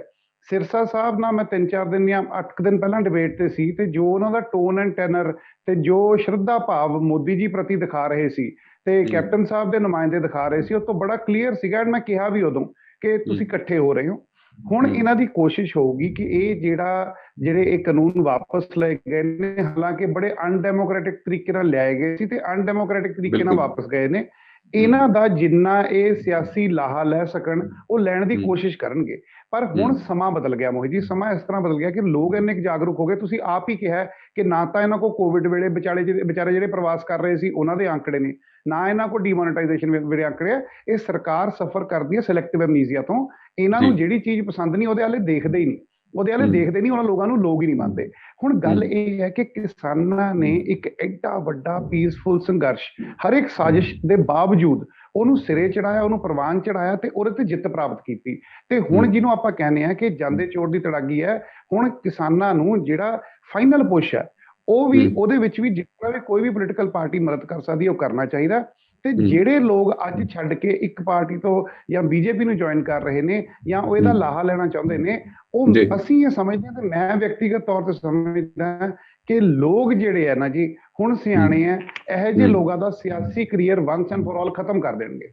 ਇਹ ਜ਼ਰੂਰ ਹੋਊਗਾ, ਹੋਰ ਕੁਝ ਹੋਵੇ ਨਾ ਹੋਵੇ, ਇਹੋ ਜਿਹੇ ਲੋਕ ਖਤਮ ਹੋ ਜਾਣਗੇ ਕਿਉਂਕਿ ਹੁਣ ਉਹ ਐਕਸਪੋਜ਼ ਹੋ ਚੁੱਕੇ ਆ ਤੇ ਉਹਨਾਂ ਦਾ ਜੋ ਵੀ ਕੁਝ ਕੀਤਾ ਧਰਿਆ ਇੰਨੀ ਦੇਰ ਦਾ, ਉਹ ਪਤਾ ਲੱਗਦਾ ਕਿ ਉਹ ਇੱਕ ਵੱਡੇ ਪਲਾਨ ਦੇ ਤਹਿਤ ਕਰ ਰਹੇ ਸੀ ਤੇ ਉਹ ਬੀਜੇਪੀ ਦੇ ਨਾਲ ਟੈਂਡਮ ਚ ਰਲ ਕੇ ਕਰ ਰਹੇ ਸੀ ਤੇ ਹੁਣ ਉਹ ਐਕਸਪੋਜ਼ ਹੋ ਚੁੱਕੇ ਆ। ਚਾਹੇ ਉਹ ਸਿਰਸਾ ਜੀ ਹੋਣ, ਚਾਹੇ ਉਹ ਕੈਪਟਨ ਸਾਹਿਬ ਹੋਣ, ਚਾਹੇ ਕੋਈ ਹੋਰ ਹੋਵੇ, ਇਹ ਬੜਾ ਕਲੀਅਰ ਹੋ ਚੁੱਕਾ ਜੀ। ਸੋ ਕਿਸਾਨੀ ਅੰਦੋਲਨ ਦੇ ਬਾਅਦ ਤੋਂ ਜਿਹੜੀ ਅਹਿਮ ਜਿਹੜੀ ਚਰਚਾ ਹੈ ਉਹ ਉਦਾਂ ਹੀ ਜਾਰੀ ਰਹੇਗੀ। ਫਿਲਹਾਲ ਵੇਲਾ ਚ ਕੋਈ ਛੋਟੀ ਜਿਹੀ ਬ੍ਰੇਕ ਤੋਂ ਦੁਬਾਰਾ ਮਿਲਦੇ ਆ ਪ੍ਰੋਗਰਾਮ ਇਲੈਕਸ਼ਨ ਆਰ ਦੇ ਵਿੱਚ। ਬ੍ਰੇਕ ਤੋਂ ਬਾਅਦ ਸਵਾਗਤ ਹੈ ਪ੍ਰੋਗਰਾਮ ਇਲੈਕਸ਼ਨ ਆਰ ਦੇ ਵਿੱਚ। ਪਲਾਹੀ ਸਾਹਿਬ, ਜਿਵੇਂ ਪੂਰੇ ਅਸੀਂ 1 ਸਾਲ ਦੇ ਅੰਦੋਲਨ ਨੂੰ ਵੇਖਿਆ ਤਾਂ ਸੰਯੁਕਤ ਕਿਸਾਨ ਮੋਰਚੇ ਨੇ ਇੱਕੋ ਗੱਲ ਆਖੀ ਐਂਡ ਬੜੀ ਵਧੀਆ ਗੱਲ ਆਖੀ ਕਿ ਹਾਂ ਵੀ ਅਸੀਂ ਕਿਸੇ ਵੀ ਪੋਲੀਟੀਕਲ ਪਾਰਟੀ ਦੇ ਝੰਡੇ ਨੂੰ ਆਪਣੇ ਇੱਥੇ ਲਾਗੇ ਨਹੀਂ ਆਉਣ ਦੇਵਾਂਗੇ, ਜਾਂ ਸਟੇਜ ਨਹੀਂ ਸ਼ੇਅਰ ਕਰਨ ਦੇਵਾਂਗੇ, ਜਾਂ ਫਿਰ ਇਸ ਨੂੰ ਪੋਲੀਟੀਕਲ ਨਹੀਂ ਬਣਨ ਦੇਵਾਂਗੇ। ਸ਼ਾਇਦ ਇਹੀ ਬਹੁਤ ਵੱਡਾ ਕਾਰਨ ਰਿਹਾ ਕਿ ਉਹਨਾਂ ਦੀ ਜਿੱਤ ਹੋਈ ਹੈ। ਪਰ ਹੁਣ ਜਦੋਂ ਉਹਨਾਂ ਦੀ ਜਿੱਤ ਹੋ ਗਈ ਹੈ, ਨੋ ਡਾਊਟ MSP ਦੇ ਉੱਪਰ ਹਜੇ ਵੀ ਵਿਚਾਰ ਚਰਚਾਵਾਂ ਚੱਲ ਰਹੀਆਂ ਨੇ, ਪਰ ਲੋਕ ਜਿਹੜੇ ਨੇ ਉਹ ਇੰਤਜ਼ਾਰ ਕਰ ਰਹੇ ਨੇ ਜਾਂ ਫਿਰ ਉਹਨਾਂ ਦੀ ਉਮੀਦਾਂ ਥੋੜੀ ਜ਼ਿਆਦਾ ਵੱਧ ਚੁੱਕੀਆਂ ਨੇ ਕਿ ਜਿਹੜੇ ਹੋਰ ਮਸਲੇ ਨੇ ਨਾ ਉਹ ਸ਼ਾਇਦ ਇਹੀ ਹੱਲ ਕਰ ਪਾਉਣਗੇ, ਕਿਉਂਕਿ ਉਹਨਾਂ ਦਾ ਨਾ ਵਿਸ਼ਵਾਸ ਪੋਲੀਟੀਕਲ ਪਾਰਟੀ ਦੇ ਪ੍ਰਤੀ ਸ਼ਾਇਦ ਥੋੜਾ ਜਿਹਾ ਉੱਠ ਗਿਆ ਜਾਂ ਡਾਵਾਡੋਲ ਹੋ ਰਿਹਾ। ਸੋ ਜਿਹਨਾਂ ਨੇ ਜਿਵੇਂ ਅਲੱਗ-ਅਲੱਗ ਲੋਕਾਂ ਨੇ ਇਸ ਪੂਰੇ ਕਿਸਾਨੀ ਅੰਦੋਲਨ ਦੇ ਵਿੱਚ ਅੱਗੇ ਅਹਿਮ ਭੂਮਿਕਾ ਨਿਭਾਈ ਹੈ, ਉਹਨਾਂ ਤੋਂ ਉਮੀਦ ਕੀਤੀ ਜਾ ਰਹੀ ਹੈ ਕਿ ਸ਼ਾਇਦ ਉਹ ਲੋਕ ਜਾਂ ਕਿਸੇ ਪਾਰਟੀ ਨੂੰ ਜੁਆਇਨ ਕਰ ਲੈਣ ਜਾਂ ਫਿਰ ਇੱਕ ਆਪਣੀ ਵੱਖਰੀ ਪਾਰਟੀ ਲੈ ਆਉਣ, ਕਿਉਂਕਿ ਹੁਣ ਇਲੈਕਸ਼ਨ ਵੀ ਲੱਗ ਗਏ ਨੇ ਤੇ ਪੰਜਾਬ ਦੇ ਮਸਲੇ ਹੋਰ ਬਹੁਤ ਨੇ। ਨੋ ਡਾਊਟ ਕਿਸਾਨੀ ਉਹਨਾਂ 'ਚ ਸਭ ਤੋਂ ਵੱਡਾ ਮਸਲਾ ਸੀਗਾ, ਪਰ ਹੋਰ ਵੀ ਮਸਲੇ ਨੇ, ਚਾਹੇ ਸਿੱਖਿਆ ਦਾ ਮਸਲਾ ਹੋਵੇ, ਚਾਹੇ ਸਿਹਤ ਦਾ ਮਸਲਾ ਹੋਵੇ, ਚਾਹੇ ਪਾਣੀ ਦਾ ਮਸਲਾ ਹੋਵੇ, ਰੇਤਾ ਦਾ ਹੋਵੇ, ਬਹੁਤ ਮਸਲੇ ਨੇ। ਸੋ ਤੁਹਾਨੂੰ ਲੱਗਦਾ ਹੈ ਕਿ ਹੁਣ ਕਿਸਾਨੀ ਅੰਦੋਲਨ ਤੋਂ ਬਾਅਦ ਕਿ ਜਿਹੜੀਆਂ ਅਲੱਗ-ਅਲੱਗ ਪਾਰਟੀਆਂ ਨੇ ਉਹ ਕਿਸਾਨਾਂ ਦੇ ਜਿਹੜੇ ਆਗੂ ਸੀਗੇ ਉਹਨਾਂ ਨੂੰ ਅਪਰੋਚ ਕਰਨਗੇ, ਜਾਂ ਫਿਰ ਕਿਸਾਨ ਆਗੂ ਕੁਝ ਆਪਣਾ ਵੱਖਰਾ ਪਲਾਨ ਕਰ ਰਹੇ ਨੇ? ਫਲਾਹੀ ਸਾਹਿਬ ਦੇਖੋ ਮੋਹਿਤ ਜੀ, ਇੱਕ ਗੱਲ ਤਾਂ ਬੜੀ ਪੱਧਰੀ ਸਿੱਧੀ ਹੈ ਕਿ ਇਸ ਵੇਲੇ ਸਥਿਤੀ ਇਹ ਹੈ ਕਿ ਕਾਨੂੰਨ ਵਾਪਸ ਹੋਣ ਤੋਂ ਬਾਅਦ ਵੀ, ਰੱਦ ਹੋਣ ਤੋਂ ਬਾਅਦ ਵੀ ਕਿਸਾਨ ਜਿਹੜੇ ਨੇ ਲਗਭਗ 1 ਸਾਲ ਦੀ ਉਸ ਸਥਿਤੀ ਤੇ ਪਹੁੰਚ ਗਏ ਨੇ ਜਿਸ ਵੇਲੇ ਪੰਜਾਬ ਦੇ ਜਾਂ ਦੇਸ਼ ਦੇ ਕਿਸਾਨ ਦੇ ਹਾਲਾਤ ਬੜੇ ਮਾੜੇ ਸੀ। ਕਿਸਾਨ ਸਟੀਰੀਆਂ ਨੂੰ ਜੱਫੇ ਪਾ ਰਹੇ ਸੀ, ਬਹੁਤ ਆਰਥਿਕ ਹਾਲਤ ਉਹਨਾਂ ਦੀ ਮਾੜੀ ਸੀ। ਉਹ ਬਿਲਕੁਲ ਉਸੇ ਕਿਸਮ ਦੀਆਂ ਸਮੱਸਿਆਵਾਂ ਸਾਡੇ ਸਾਹਮਣੇ ਹੁਣ ਵੀ ਖੜੀਆਂ ਨੇ, ਜਿਵੇਂ ਕਿ ਪਹਿਲਾਂ ਚਰਚਾ ਹੋਈ ਹੈ ਕਿ ਕੁਝ ਜਿਹੜੇ 700 ਲੋਕ ਸ਼ਹੀਦੀਆਂ ਪ੍ਰਾਪਤ ਕਰਦੇ ਨੇ। ਕਿਸਾਨਾਂ ਦਾ ਆਰਥਿਕ ਉਜਾੜਾ ਜਿਹੜਾ ਹੈ ਹੋਇਆ ਹੈ 1 ਸਾਲ ਦੇ ਸਮੇਂ ਵਿੱਚ। ਉਹਨਾਂ ਨੂੰ ਆਪਣੀ ਆਮਦਨੀ ਜਿਹੜੀ ਹੈ ਉਸ ਤੋਂ ਹੱਥ ਧੋਣੇ ਪਏ ਨੇ, ਕਿਉਂਕਿ ਪਹਿਲਾਂ ਹੀ ਕਿਸਾਨਾਂ ਦੀ ਉਤਪਾਦਕਤਾ ਦੇ ਵਿੱਚ ਤਕਰੀਬਨ ਖੜੋਤ ਆ ਚੁੱਕੀ ਆ, ਔਰ ਇਹਨਾਂ ਦੀਆਂ ਜਿਣਸਾਂ ਦੇ ਲਾਹੇਬੰਦੇ ਭਾਅ ਨਾਲ ਖੇਤੀ ਜਿਹੜੀ ਹੈ ਉਹ ਘਾਟੇ ਦਾ ਸੌਦਾ ਬਣ ਕੇ ਰਹਿ ਗਈ ਹੈ। ਤੇ ਛੋਟੇ ਕਿਸਾਨ ਆਪਣੀ ਜ਼ਮੀਨਾਂ ਨੂੰ ਠੇਕੇ ਤੇ ਦੇ ਕੇ ਆਪ ਖੇਤ ਮਜ਼ਦੂਰ ਬਣਨ ਦੇ ਰਾਹ ਤੇ ਉੱਤੇ ਪਏ ਹੋਏ ਨੇ, ਔਰ ਛੋਟੇ ਜ਼ਿਮੀਂਦਾਰ ਜਿਹੜੇ ਨੇ ਉਹ ਕ੍ਰੈਡਿਟ, ਸੰਸਥਾਗਤ ਕ੍ਰੈਡਿਟ ਪ੍ਰਵਾਹ ਉਹਨਾਂ ਦਾ ਬੜਾ ਘਟ ਗਿਆ।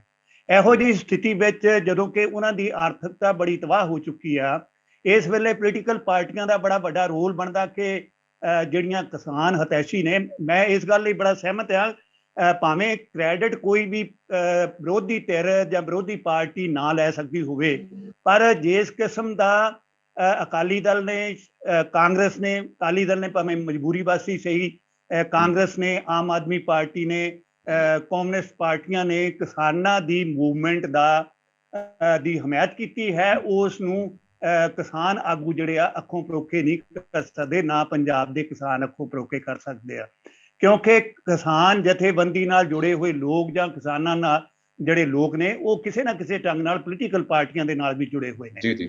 ਸੋ ਇਸ ਗੱਲ ਨੂੰ ਇਗਨੋਰ ਨਾ ਕਰਦਿਆਂ ਮੇਰੇ ਸਮਝ ਵਿੱਚ ਇਹ ਗੱਲ ਬਣਦੀ ਆ ਵੀ ਜਿਹੜੀਆਂ ਪਾਰਟੀਆਂ ਨੇ ਕਿਸਾਨਾਂ ਦੀ ਇਸ ਮੂਵਮੈਂਟ ਦਾ ਸਾਥ ਦਿੱਤਾ, ਉਹਨਾਂ ਦੇ ਸਾਹਮਣੇ ਚੋਣਾਂ ਤੋਂ ਬਾਅਦ ਜਿਸ ਵੇਲੇ ਉਹ ਪਾਵਰ ਵਿੱਚ ਆਉਂਦੀਆਂ ਨੇ ਜਾਂ ਹੁਣ ਵੀ ਉਹਨਾਂ ਨੂੰ ਕਿਸਾਨਾਂ ਦੀਆਂ ਮੰਗਾਂ ਵੱਲਾਂ, ਚਾਹੇ ਉਹ MSP ਦੀ ਮੰਗ ਹੈ ਜਾਂ ਹੋਰ ਮੰਗਾਂ ਨੇ, ਉਹਨਾਂ ਦੇ ਕਰਜ਼ੇ ਮੁਆਫ ਕਰਨ ਦੀ ਗੱਲ ਹੈ, ਉਹਦੇ ਵੱਲ ਤਾਂ ਧਿਆਨ ਦੇਣਾ ਹੀ ਪਏਗਾ। ਇਹ ਉਹਨਾਂ ਦੇ ਸਾਹਮਣੇ ਬਹੁਤ ਵੱਡਾ ਸਵਾਲ ਹੈ।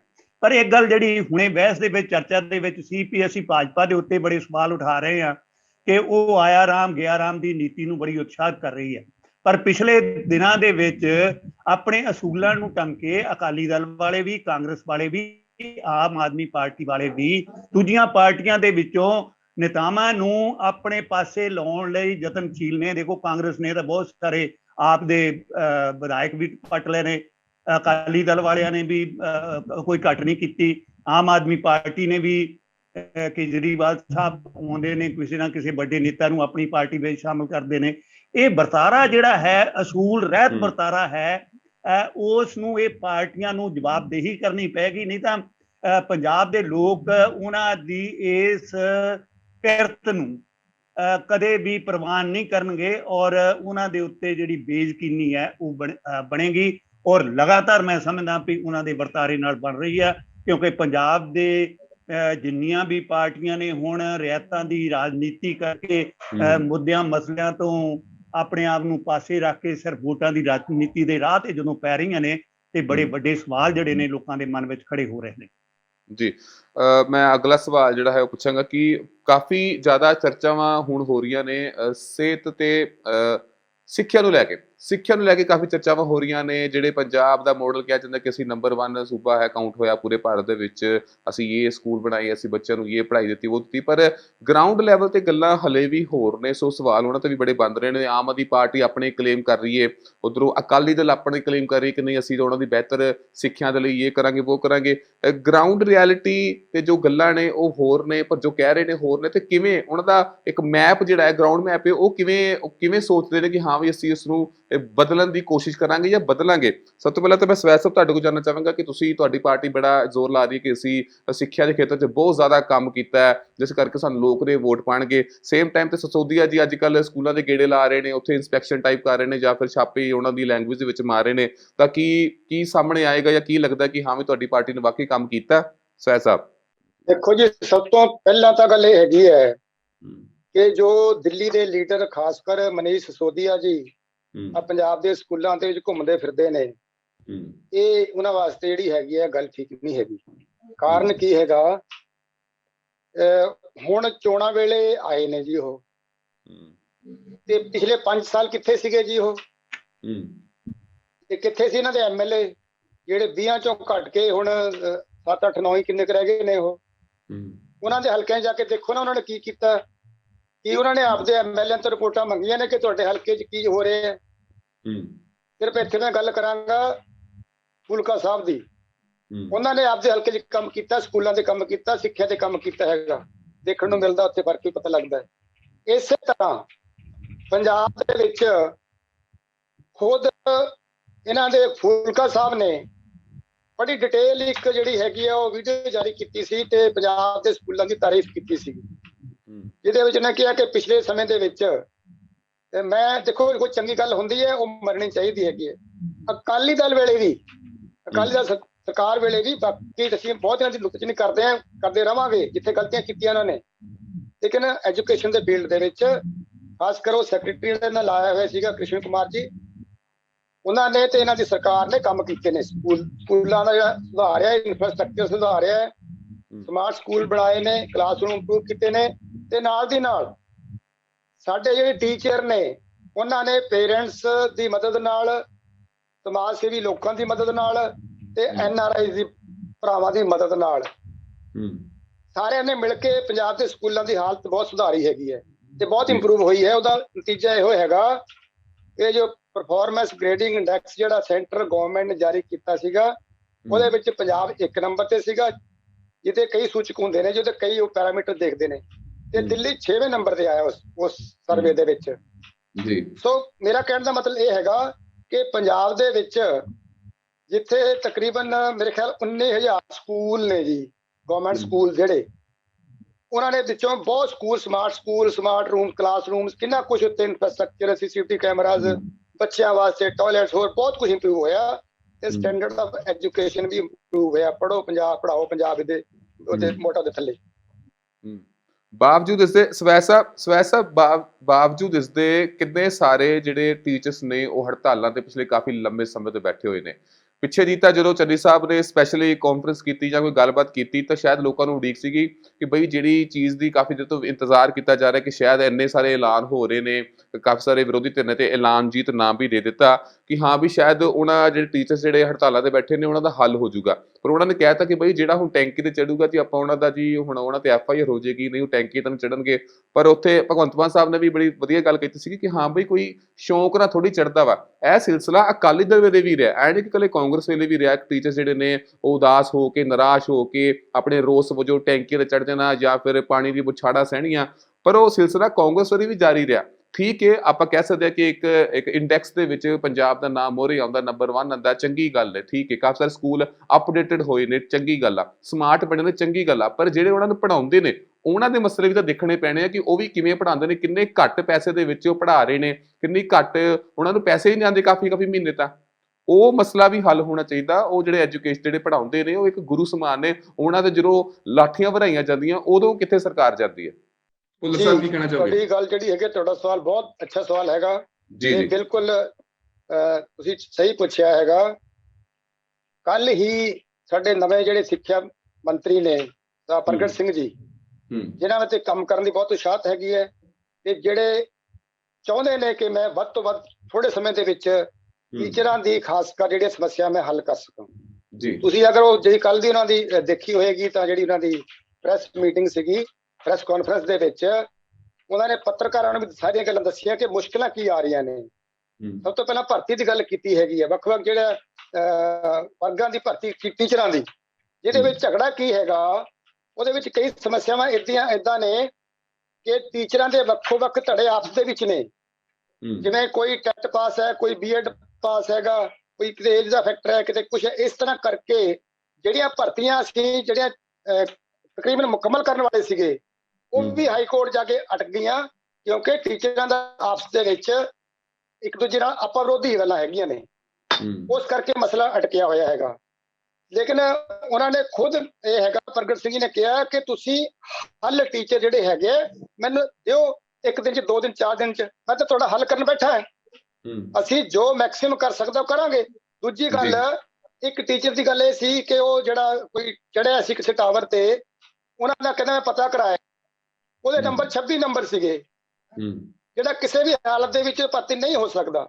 ਇਸ ਤਰ੍ਹਾਂ ਉਹਨੇ ਕਿਹਾ ਕਿ ਉਹ ਜਿਹੜਾ ਗਲਤ ਦਬਾਅ ਬਣਾਇਆ ਉਹਨੇ ਗਲਤ ਬਣਾਇਆ ਕਿ ਮੈਂ ਸਾਰਾ ਪਤਾ ਕਰਾ ਲਿਆ, ਅਗਰ ਮੈਰਿਟ ਚਾਹੁੰਦਾ ਮੈਨੂੰ ਕੀ ਇਤਰਾਜ਼ ਹੈਗਾ। ਅਸੀਂ ਭਰਤੀ ਬਿਲਕੁਲ ਟਰਾਂਸਪੇਰੈਂਸੀ ਨਾਲ ਕਰਨੀ ਹੈਗੀ ਹੈ, ਬਿਲਕੁਲ ਮੈਰਿਟ ਤੇ ਕਰਨੀ ਹੈਗੀ ਹੈ ਤੇ ਕਰ ਰਹੇ ਹੈਗੇ ਆ। ਤੇ ਜੋ ਜੋ ਸਮੱਸਿਆਵਾਂ ਆ ਰਹੀਆਂ ਨੇ, ਕਾਨੂੰਨੀ ਸਮੱਸਿਆਵਾਂ ਆਉਂਦੀਆਂ ਨੇ ਜਾਂ ਪ੍ਰੈਕਟਿਕਲ ਦੂਜੀਆਂ ਸਮੱਸਿਆਵਾਂ ਹੈਗੀਆਂ ਨੇ, ਉਹ ਵੀ ਉਸ ਕਰਕੇ ਜਿਹੜਾ ਹੈਗਾ ਮਸਲਾ ਜਿਹੜਾ ਹੈਗਾ ਲੰਮਕਦਾ ਹੈਗਾ। ਉਹਨਾਂ ਨੇ ਕਿਹਾ ਕਿ ਸਗੋਂ ਕੋਡ ਲੱਗਣ ਤੋਂ ਪਹਿਲਾਂ ਅਸੀਂ ਖੁਦ ਚਾਹੁੰਦੇ ਹਾਂ, ਸਾਡੇ ਸਿੱਖਿਆ ਮੰਤਰੀ ਖੁਦ ਚਾਹੁੰਦੇ ਨੇ ਕਿ ਕੋਡ ਲੱਗਣ ਤੋਂ ਪਹਿਲਾਂ ਅਸੀਂ ਸਾਰੇ ਮਸਲੇ ਹੱਲ ਕਰ ਲਈਏ, ਕਿ ਤੁਸੀਂ ਆਪਸ ਵਿੱਚ ਬੈਠ ਕੇ ਜੋ ਤੁਹਾਡੇ ਡਿਫਰੈਂਸਿਸ ਹੈਗੇ ਆ ਉਹਨੂੰ ਰਿਮੂਵ ਕਰੋ ਤੇ ਮੇਥੋਂ ਆਰਡਰ ਕਰਾ ਲਓ। ਸੋ ਸਾਡੀ ਸਿੰਸੀਅਰਿਟੀ ਹੈਗੀ ਹੈ, ਇੱਛਾ ਸ਼ਕਤੀ ਹੈਗੀ ਹੈ, ਉਹ ਜਿਹੜੀ ਹੈਗੀ ਹੈ ਉਹ ਸਰਕਾਰ ਦੀ ਇਸ ਵੇਲੇ ਜਿਵੇਂ ਕਹਿੰਦੇ ਨੇ ਹਾਈਐਸਟ ਪੁਆਇੰਟ ਤੇ ਹੈਗੀ ਹੈ ਕਿ ਅਸੀਂ ਮਸਲੇ ਜਿਹੜੇ ਟੀਚਰਾਂ ਦੇ ਵੀ ਹੈਗੇ ਹੱਲ ਕਰਕੇ ਜਾਈਏ। ਲੇਕਿਨ ਜਿਹੜੇ ਪ੍ਰੈਕਟੀਕਲ ਪ੍ਰੋਬਲਮਸ ਹੈਗੀਆਂ ਨੇ ਉਹ ਅੱਗੇ ਫਿਰ ਮਜਬੂਰ ਹੋ ਜਾਣ, ਸਰਕਾਰ ਹੀ ਮਜਬੂਰ ਹੋ ਜਾਂਦੀ ਹੈ। ਜੀ ਭੁੱਲਰ ਸਾਹਿਬ, ਤੁਹਾਡੇ ਕੋਲ ਸਵਾਲ ਪੁੱਛਣਾ ਚਾਹਾਂਗਾ ਕਿ ਜੋ ਸਿੱਖਿਆ ਦੇ ਮੁਤਲਕ ਜਿਹੜੇ ਇਸ ਟਾਈਮ ਪਰੇਸ਼ਾਨੀਆਂ ਸੀ ਪੰਜਾਬ 'ਚ ਅਸੀਂ ਦੇਖ ਰਹੇ ਹਾਂ, ਉਸ ਨੂੰ ਤੁਹਾਡੀ ਪਾਰਟੀ ਕਿਵੇਂ ਦੇਖਦੀ ਹੈ, ਜਾਂ ਜੇ ਤੁਹਾਨੂੰ ਮੌਕਾ ਦਿੱਤਾ ਜਾਂਦਾ 2022 ਵਿੱਚ ਤੁਸੀਂ ਉਸ ਨੂੰ ਕਿਵੇਂ ਹੱਲ ਕਰੋਗੇ? ਕਿਉਂਕਿ ਦੇਖਿਆ ਜਾਵੇ ਭੁੱਲਰ ਸਾਹਿਬ, ਇਹ ਚੀਜ਼ਾਂ ਜਿਹੜੀਆਂ ਨੇ ਨਾ ਤੁਹਾਡੇ ਸਮੇਂ ਤੋਂ ਸ਼ੁਰੂ ਹੁੰਦੀਆਂ ਨੇ। ਕਿਉਂਕਿ ਜਿਹੜਾ ਉਹਨਾਂ ਨੇ ਗੱਲ ਕੀਤੀ ਕਿ ਧੜੇ ਬਣ ਗਏ ਨੇ, ਧੜੇ ਦਰਅਸਲ ਕਿਉਂ ਬਣੇ ਕਿ ਜਦੋਂ ਟੀਚਰਸ ਦੀ ਭਰਤੀ ਦੀ ਗੱਲ ਸੀਗੀ ਉਦੋਂ ਉਹਨਾਂ ਨੂੰ ਟੈਂਪਰੇਰੀ ਫਿਲ ਕਰਤਾ, ਉਹਨਾਂ ਨੂੰ ਗੈਸਟ ਫੈਕਲਟੀ ਬਣਾ ਦਿੱਤਾ। ਜਦੋਂ ਹੁਣ ਉਸੇ ਟਾਈਮ ਜਦੋਂ ਹੜਤਾਲ ਤੇ ਬੈਠੇ ਪਏ, ਨਵੀਆਂ ਨੌਕਰੀ ਕੱਢ ਦਿੱਤੀਆਂ ਗਈਆਂ। ਹੁਣ ਜਿਹੜੇ ਇੰਨੇ ਸਾਲਾਂ ਤੋਂ ਪੜ੍ਹਾ ਰਹੇ ਨੇ, ਹੁਣ ਉਹਨਾਂ ਦੇ ਵਿੱਚ ਇੱਕ ਦਿਮਾਗ ਵਿੱਚ ਸਵਾਲ ਆ ਗਿਆ ਕਿ ਬਈ ਅਸੀਂ ਇੰਨੇ ਸਾਲਾਂ ਤੋਂ ਪੜ੍ਹਾ ਰਹੇ, ਸਾਨੂੰ ਪੱਕਾ ਨਹੀਂ ਕੀਤਾ ਗਿਆ। ਹੁਣ ਨਵੇਂ ਜਿਹੜੇ ਕੈਂਡੀਡੇਟਸ ਨੇ ਉਹਨਾਂ ਦੇ ਨਾਲ ਬਰਾਬਰ ਦੇ ਕੇ ਸਾਨੂੰ ਐਗਜ਼ਾਮ ਦੇਣਾ ਪੈ ਰਿਹਾ। ਸੋ ਇੱਥੇ ਇਕੱਲੇ ਪਿਛਲੇ 5 ਸਾਲਾਂ ਦੀ ਗੱਲ ਨਹੀਂ, ਪਿਛਲੇ ਕਾਫੀ ਲੰਮੇ ਸਾਲਾਂ ਤੋਂ ਜਿਹੜਾ ਸਿਸਟਮ ਚੱਲਦਾ ਕਿ ਪਹਿਲਾਂ ਕੱਚੇ ਭਰਤੀ ਕਰ ਲਓ, ਫਿਰ ਗੈਸਟ ਫੈਕਲਟੀ ਰੱਖ ਲਓ, ਫਿਰ ਪੱਕੇ ਜਦੋਂ ਹੜਤਾਲਾਂ ਬਹੁਤਾ ਜ਼ੋਰ ਦੇਣ ਤਾਂ ਜਾ ਕੇ ਖਿਆਲ ਆਉਂਦੇ ਨੇ। ਸੋ ਇੱਕ ਇਕੱਲੇ 5 ਸਾਲ ਨਹੀਂ, ਪਿਛਲੇ ਕਾਫੀ ਲੰਮੇ ਸਮੇਂ ਤੋਂ ਕਾਰਨ ਹੀ ਜਿਹੜਾ ਮੌਜੂਦਾ ਸਿੱਖਿਆ ਦਾ ਜਿਹੜਾ ਮਿਆਰ ਕਹਿਣ ਨੂੰ ਭਾਵੇਂ ਉੱਪਰ ਜਾ ਰਿਹਾ, ਪਰ ਜਿਹੜਾ ਬੇਸਿਕ ਲੈਵਲ ਤੇ ਜਿਹੜੀ ਲੋਕਾਂ ਦੀਆਂ ਮੰਗਾਂ ਨੇ ਜਾਂ ਜਿਹੜੀਆਂ ਉਹਨਾਂ ਦਾ ਮੰਗ ਹੈ ਉਹ ਬਿਲਕੁਲ ਜਾਇਜ਼ ਵੀ ਹੈ। ਭੁੱਲਰ ਸਾਹਿਬ, ਤੁਸੀਂ ਕੀ ਕਹਿੰਦੇ ਹੋ? ਦੇਖੋ ਜੀ, ਗੱਲ ਇਹ ਹੈ, ਸਾਡੀ ਪਾਰਟੀ ਸਿੱਖਿਆ ਦੇ ਮਾਮਲੇ ਦੇ ਵਿੱਚ ਪਿਛਲੇ 5 ਸਾਲ ਪੂਰੀ ਚਿੰਤਾ ਧਰ ਰਹੀ ਹੈ। ਇਸੇ ਅਧੀਨ ਬਹੁਤ ਸੋਹਣੇ ਨਵੇਂ ਮਾਡਲ ਸਕੂਲ ਬਣਾਏ ਗਏ ਜਿਹੜੇ ਪ੍ਰਾਈਵੇਟ ਸਕੂਲਾਂ ਨਾਲੋਂ ਬਹੁਤ ਅੱਛੇ ਢੰਗ ਨਾਲ ਚੱਲ ਰਹੇ ਸੀ, ਤੇ ਉਹ ਬਣਾਉਣ ਦਾ ਮਕਸਦ ਇਹੀ ਸੀ ਕਿ ਸਿੱਖਿਆ ਦੇ ਮਿਆਰ ਨੂੰ ਉੱਚਾ ਚੁੱਕਿਆ ਜਾਏ। ਉਹਦੇ ਵਿੱਚ ਜਿਹੜਾ ਸੀਗਾ ਉਹ ਟੀਚਰਾਂ ਦਾ ਮਿਆਰ ਵੀ ਟਾਈਮ ਪਾ ਕੇ ਸੈਟਲ ਹੋਣਾ ਸੀ, ਠੀਕ ਹੈ। ਤੇ ਜਿੱਥੇ ਤੱਕ ਗੱਲ ਹੈਗੀ ਹੈ ਕੱਚੇ ਰੱਖਣ, ਇਹਦਾ ਇੱਕ ਸਿਸਟਮ ਹੋਣਾ ਚਾਹੀਦਾ ਹੈਗਾ, ਬਕਾਇਦਾ ਤੌਰ ਤੇ ਇੱਕ ਕ੍ਰਾਈਟੇਰੀਆ ਬਣਨਾ ਚਾਹੀਦਾ ਵੀ ਜਿਹੜਾ ਟੀਚਰ ਕੱਚਾ ਰੱਖਿਆ ਗਿਆ ਉਹ ਕਿੰਨੇ ਦੇਰ ਬਾਅਦ ਪੱਕਾ ਕੀਤਾ ਜਾਊਗਾ। ਉਹਨਾਂ ਨੂੰ ਭਰਤੀ ਸਮੇਂ ਹੀ, ਜੇ ਉਹ ਠੇਕੇਦਾਰੀ ਸਿਸਟਮ ਦੇ ਵਿੱਚ ਅਧੀਨ ਕੀਤੇ ਗਏ ਨੇ ਤਾਂ ਉਹਦਾ ਵੀ ਕੋਈ ਕ੍ਰਾਈਟੇਰੀਆ ਹੋਣਾ ਚਾਹੀਦਾ। ਜੇ ਉਹ ਕੱਚੇ ਤੌਰ ਤੇ ਰੱਖੇ ਗਏ ਨੇ, ਉਸ ਤੋਂ ਬਾਅਦ ਜਿਹਨੂੰ ਪੱਕੇ ਕਰਨਾ ਕੋਈ ਸਮਾਂ ਹਰ ਮੁਲਾਜ਼ਮ ਲਈ, ਨਾਟ ਓਨਲੀ ਫॉर ਟੀਚਰਸ, ਮੈਂ ਤਾਂ ਕਹੂੰਗਾ ਵੀ ਹਰ ਮਹਿਕਮੇ ਦੇ ਵਿੱਚ ਜਦੋਂ ਵੀ ਕਿਸੇ ਨੂੰ ਆਪਾਂ ਕੱਚਾ ਰੱਖਤਾ ਉਹਦਾ ਇੱਕ ਕ੍ਰਾਈਟੇਰੀਆ ਹੋਣਾ ਚਾਹੀਦਾ ਕਿ ਇੰਨੇ ਸਾਲਾਂ ਬਾਅਦ ਅਸੀਂ ਤੁਹਾਨੂੰ ਜਿਹੜਾ ਹੈਗਾ ਉਹ ਪੱਕੇ ਦੇ ਵਿੱਚ ਸ਼ਿਫਟ ਕਰਾਂਗੇ, ਤਾਂ ਜੋ ਜਿਹੜਾ ਉਹ ਇੱਕ ਤਾਂ ਉਹਦਾ ਐਕਸਪੀਰੀਅੰਸ ਹੋ ਜਾਊਗਾ ਉਹਨੇ ਟਾਈਮ ਦੇ ਵਿੱਚ, ਤੇ ਨੰਬਰ 2 ਦੇ ਉੱਤੇ ਗੌਰਮੈਂਟ ਦੇ ਉੱਤੇ ਬੋਝ ਵੀ ਬਹੁਤਾ ਜ਼ਿਆਦਾ ਨਹੀਂ ਪਊਗਾ। ਪਹਿਲਾਂ ਉਹਨੂੰ ਕੱਚੇ ਦੇ ਵਿੱਚ ਰੱਖ ਕੇ ਉਸ ਤੋਂ ਬਾਅਦ ਜਿਹਨੂੰ ਪੱਕੇ ਦੇ ਵਿੱਚ ਸ਼ਿਫਟ, ਪਹਿਲਾਂ ਸਭ ਤੋਂ ਪਹਿਲਾਂ ਉਹਨਾਂ ਨੂੰ ਕਰਨਾ ਚਾਹੀਦਾ, ਨਾ ਕਿ ਕਰਨਾ ਚਾਹੀਦਾ ਕਿ ਬਾਅਦ 'ਚ ਅਸੀਂ ਡਾਇਰੈਕਟ ਭਰਤੀ ਕਰ ਲਾਂਗੇ ਜੀ, ਪਹਿਲਾਂ ਜਿਹੜੇ ਕੱਚੇ ਉਹ ਕੱਚੇ ਤੁਰੇ ਫਿਰਨਗੇ। ਉਹ ਬੜਾ ਗਲਤ ਸਿਸਟਮ ਹੈਗਾ, ਤੇ ਆਉਣ ਵਾਲੇ ਟਾਈਮ ਦੇ ਵਿੱਚ ਸਾਡੀ ਸਰਕਾਰ ਆਊਗੀ ਤਾਂ ਅਸੀਂ ਇਸ ਗੱਲ ਉੱਤੇ ਪੂਰੀ ਗੌਰ ਕਰਾਂਗੇ। ਔਰ ਜਿਹੜਾ ਮੈਂ ਇੱਕ ਗੱਲ ਹੋਰ ਜ਼ਰੂਰ ਕਹੂੰਗਾ ਕਿ ਜਦ ਤੱਕ ਸਾਡੇ ਰਾਜ ਦੇ ਵਿੱਚ, ਪੰਜਾਬ ਦੇ ਵਿੱਚ ਜਦ ਤੱਕ ਇਹ ਨਹੀਂ ਕੀਤਾ ਜਾਊਗਾ, ਜਿਹੜੇ ਪ੍ਰਾਈਵੇਟ ਸਕੂਲ ਨੇ ਉਹਨਾਂ ਨੂੰ ਵਧਾਵਾ ਦੇਣ ਤੋਂ ਬ੍ਰੇਕ ਨਹੀਂ ਲੱਗੂਗੀ। ਬਹੁਤ ਵੱਡਾ ਮਾਫੀਆ ਪ੍ਰਾਈਵੇਟ ਸਕੂਲ ਵਾਲਿਆਂ ਦਾ, ਕਿ ਉਹ ਇੰਨੀ ਕਮਾਈ ਵੀ ਕਰਦੇ ਨੇ, ਇੰਨੀਆਂ ਫੀਸਾਂ ਵੀ ਲੈਂਦੇ ਨੇ, ਤੇ ਫਿਰ ਵੀ ਜੇ ਤੁਸੀਂ ਸਹੀ ਦੇਖੋ ਤਾਂ ਪ੍ਰਾਈਵੇਟ ਸਕੂਲ ਦੇ ਵਿੱਚ ਵੀ ਇਹਨਾਂ ਚੋਂ 80% ਸਕੂਲ ਐਸੇ ਨੇ ਜਿਹੜੇ ਸਿਰਫ ਮਾਡਲ ਸਕੂਲ ਦੇ ਨਾਮ ਦੇ ਉੱਤੇ ਲੋਕਾਂ ਦੀ ਲੁੱਟ ਹੋ ਰਹੀ ਹੈ। ਮੈਂ ਤੁਹਾਨੂੰ ਕਹੂੰਗਾ ਇਹ ਗੱਲ ਹੈ, ਪਿੰਡਾਂ ਦੇ ਵਿੱਚ ਜਾ ਕੇ ਤੁਸੀਂ ਇਸ ਗੱਲ ਨੂੰ ਚੰਗੀ ਤਰ੍ਹਾਂ ਧਿਆਨ ਨਾਲ ਜੇ ਚੈੱਕ ਕਰੀਏ ਤਾਂ ਆਮ ਤੌਰ ਤੇ ਬਜ਼ੁਰਗਾਂ ਨੂੰ ਗੱਲਾਂ ਕਰਦੇ ਸੁਣਾ ਕੇ ਲੈ ਵੀ ਸਾਡਾ ਬੱਚਾ ਤਾਂ ਜਿਹੜਾ ਹੈਗਾ ਉਹ ਹੁਣ ਵੈਨ 'ਚ ਸਕੂਲ ਜਾਂਦਾ ਹੈ, ਅੰਗਰੇਜ਼ੀ ਸਕੂਲ 'ਚ ਪੜ੍ਹਦਾ ਹੈ, ਪਰ ਉਸ ਅੰਗਰੇਜ਼ੀ ਸਕੂਲ ਦਾ ਮਿਆਰ ਕੀ ਹੁੰਦਾ ਹੈ? ਉਹਦਾ ਮਿਆਰ ਇੱਥੇ ਤੱਕ ਮਾੜਾ ਹੈ ਕਿ ਉਹਦੇ 'ਚ ਪੜ੍ਹਿਆ ਹੋਇਆ ਬੱਚਾ ਨਾ ਧੋਬੀ ਦਾ ਕੁੱਤਾ, ਨਾ ਘਰ ਦਾ, ਨਾ ਘਾਟ ਦਾ ਵਾਲਾ ਹਾਲਾਤ ਹੋ ਜਾਂਦੇ ਹੈਗੀ, ਕਿਉਂਕਿ ਉਹਨੂੰ ਨਾ ਤਾਂ ਪੰਜਾਬੀ ਸਿਖਾਈ ਜਾਂਦੀ ਹੈ ਤੇ ਨਾ ਉਹਨੂੰ ਪਰਫੈਕਟ ਟੀਚਰਾਂ ਹੁੰਦੀਆਂ ਨੇ ਉਹਨਾਂ ਕੋਲੇ, ਨਾ ਉਹ ਸਹੀ ਢੰਗ ਨਾਲ ਉਹਨੂੰ ਅੰਗਰੇਜ਼ੀ ਸਿਖਾਉਂਦੇ ਨੇ। ਉਹ ਬਾਅਦ ਦੇ ਵਿੱਚ ਜਾ ਕੇ ਨਾ ਤਾਂ ਉਹ ਪੰਜਾਬੀ ਜੋਗਾ ਹੁੰਦਾ, ਨਾ ਅੰਗਰੇਜ਼ੀ ਜੋਗਾ ਹੁੰਦਾ।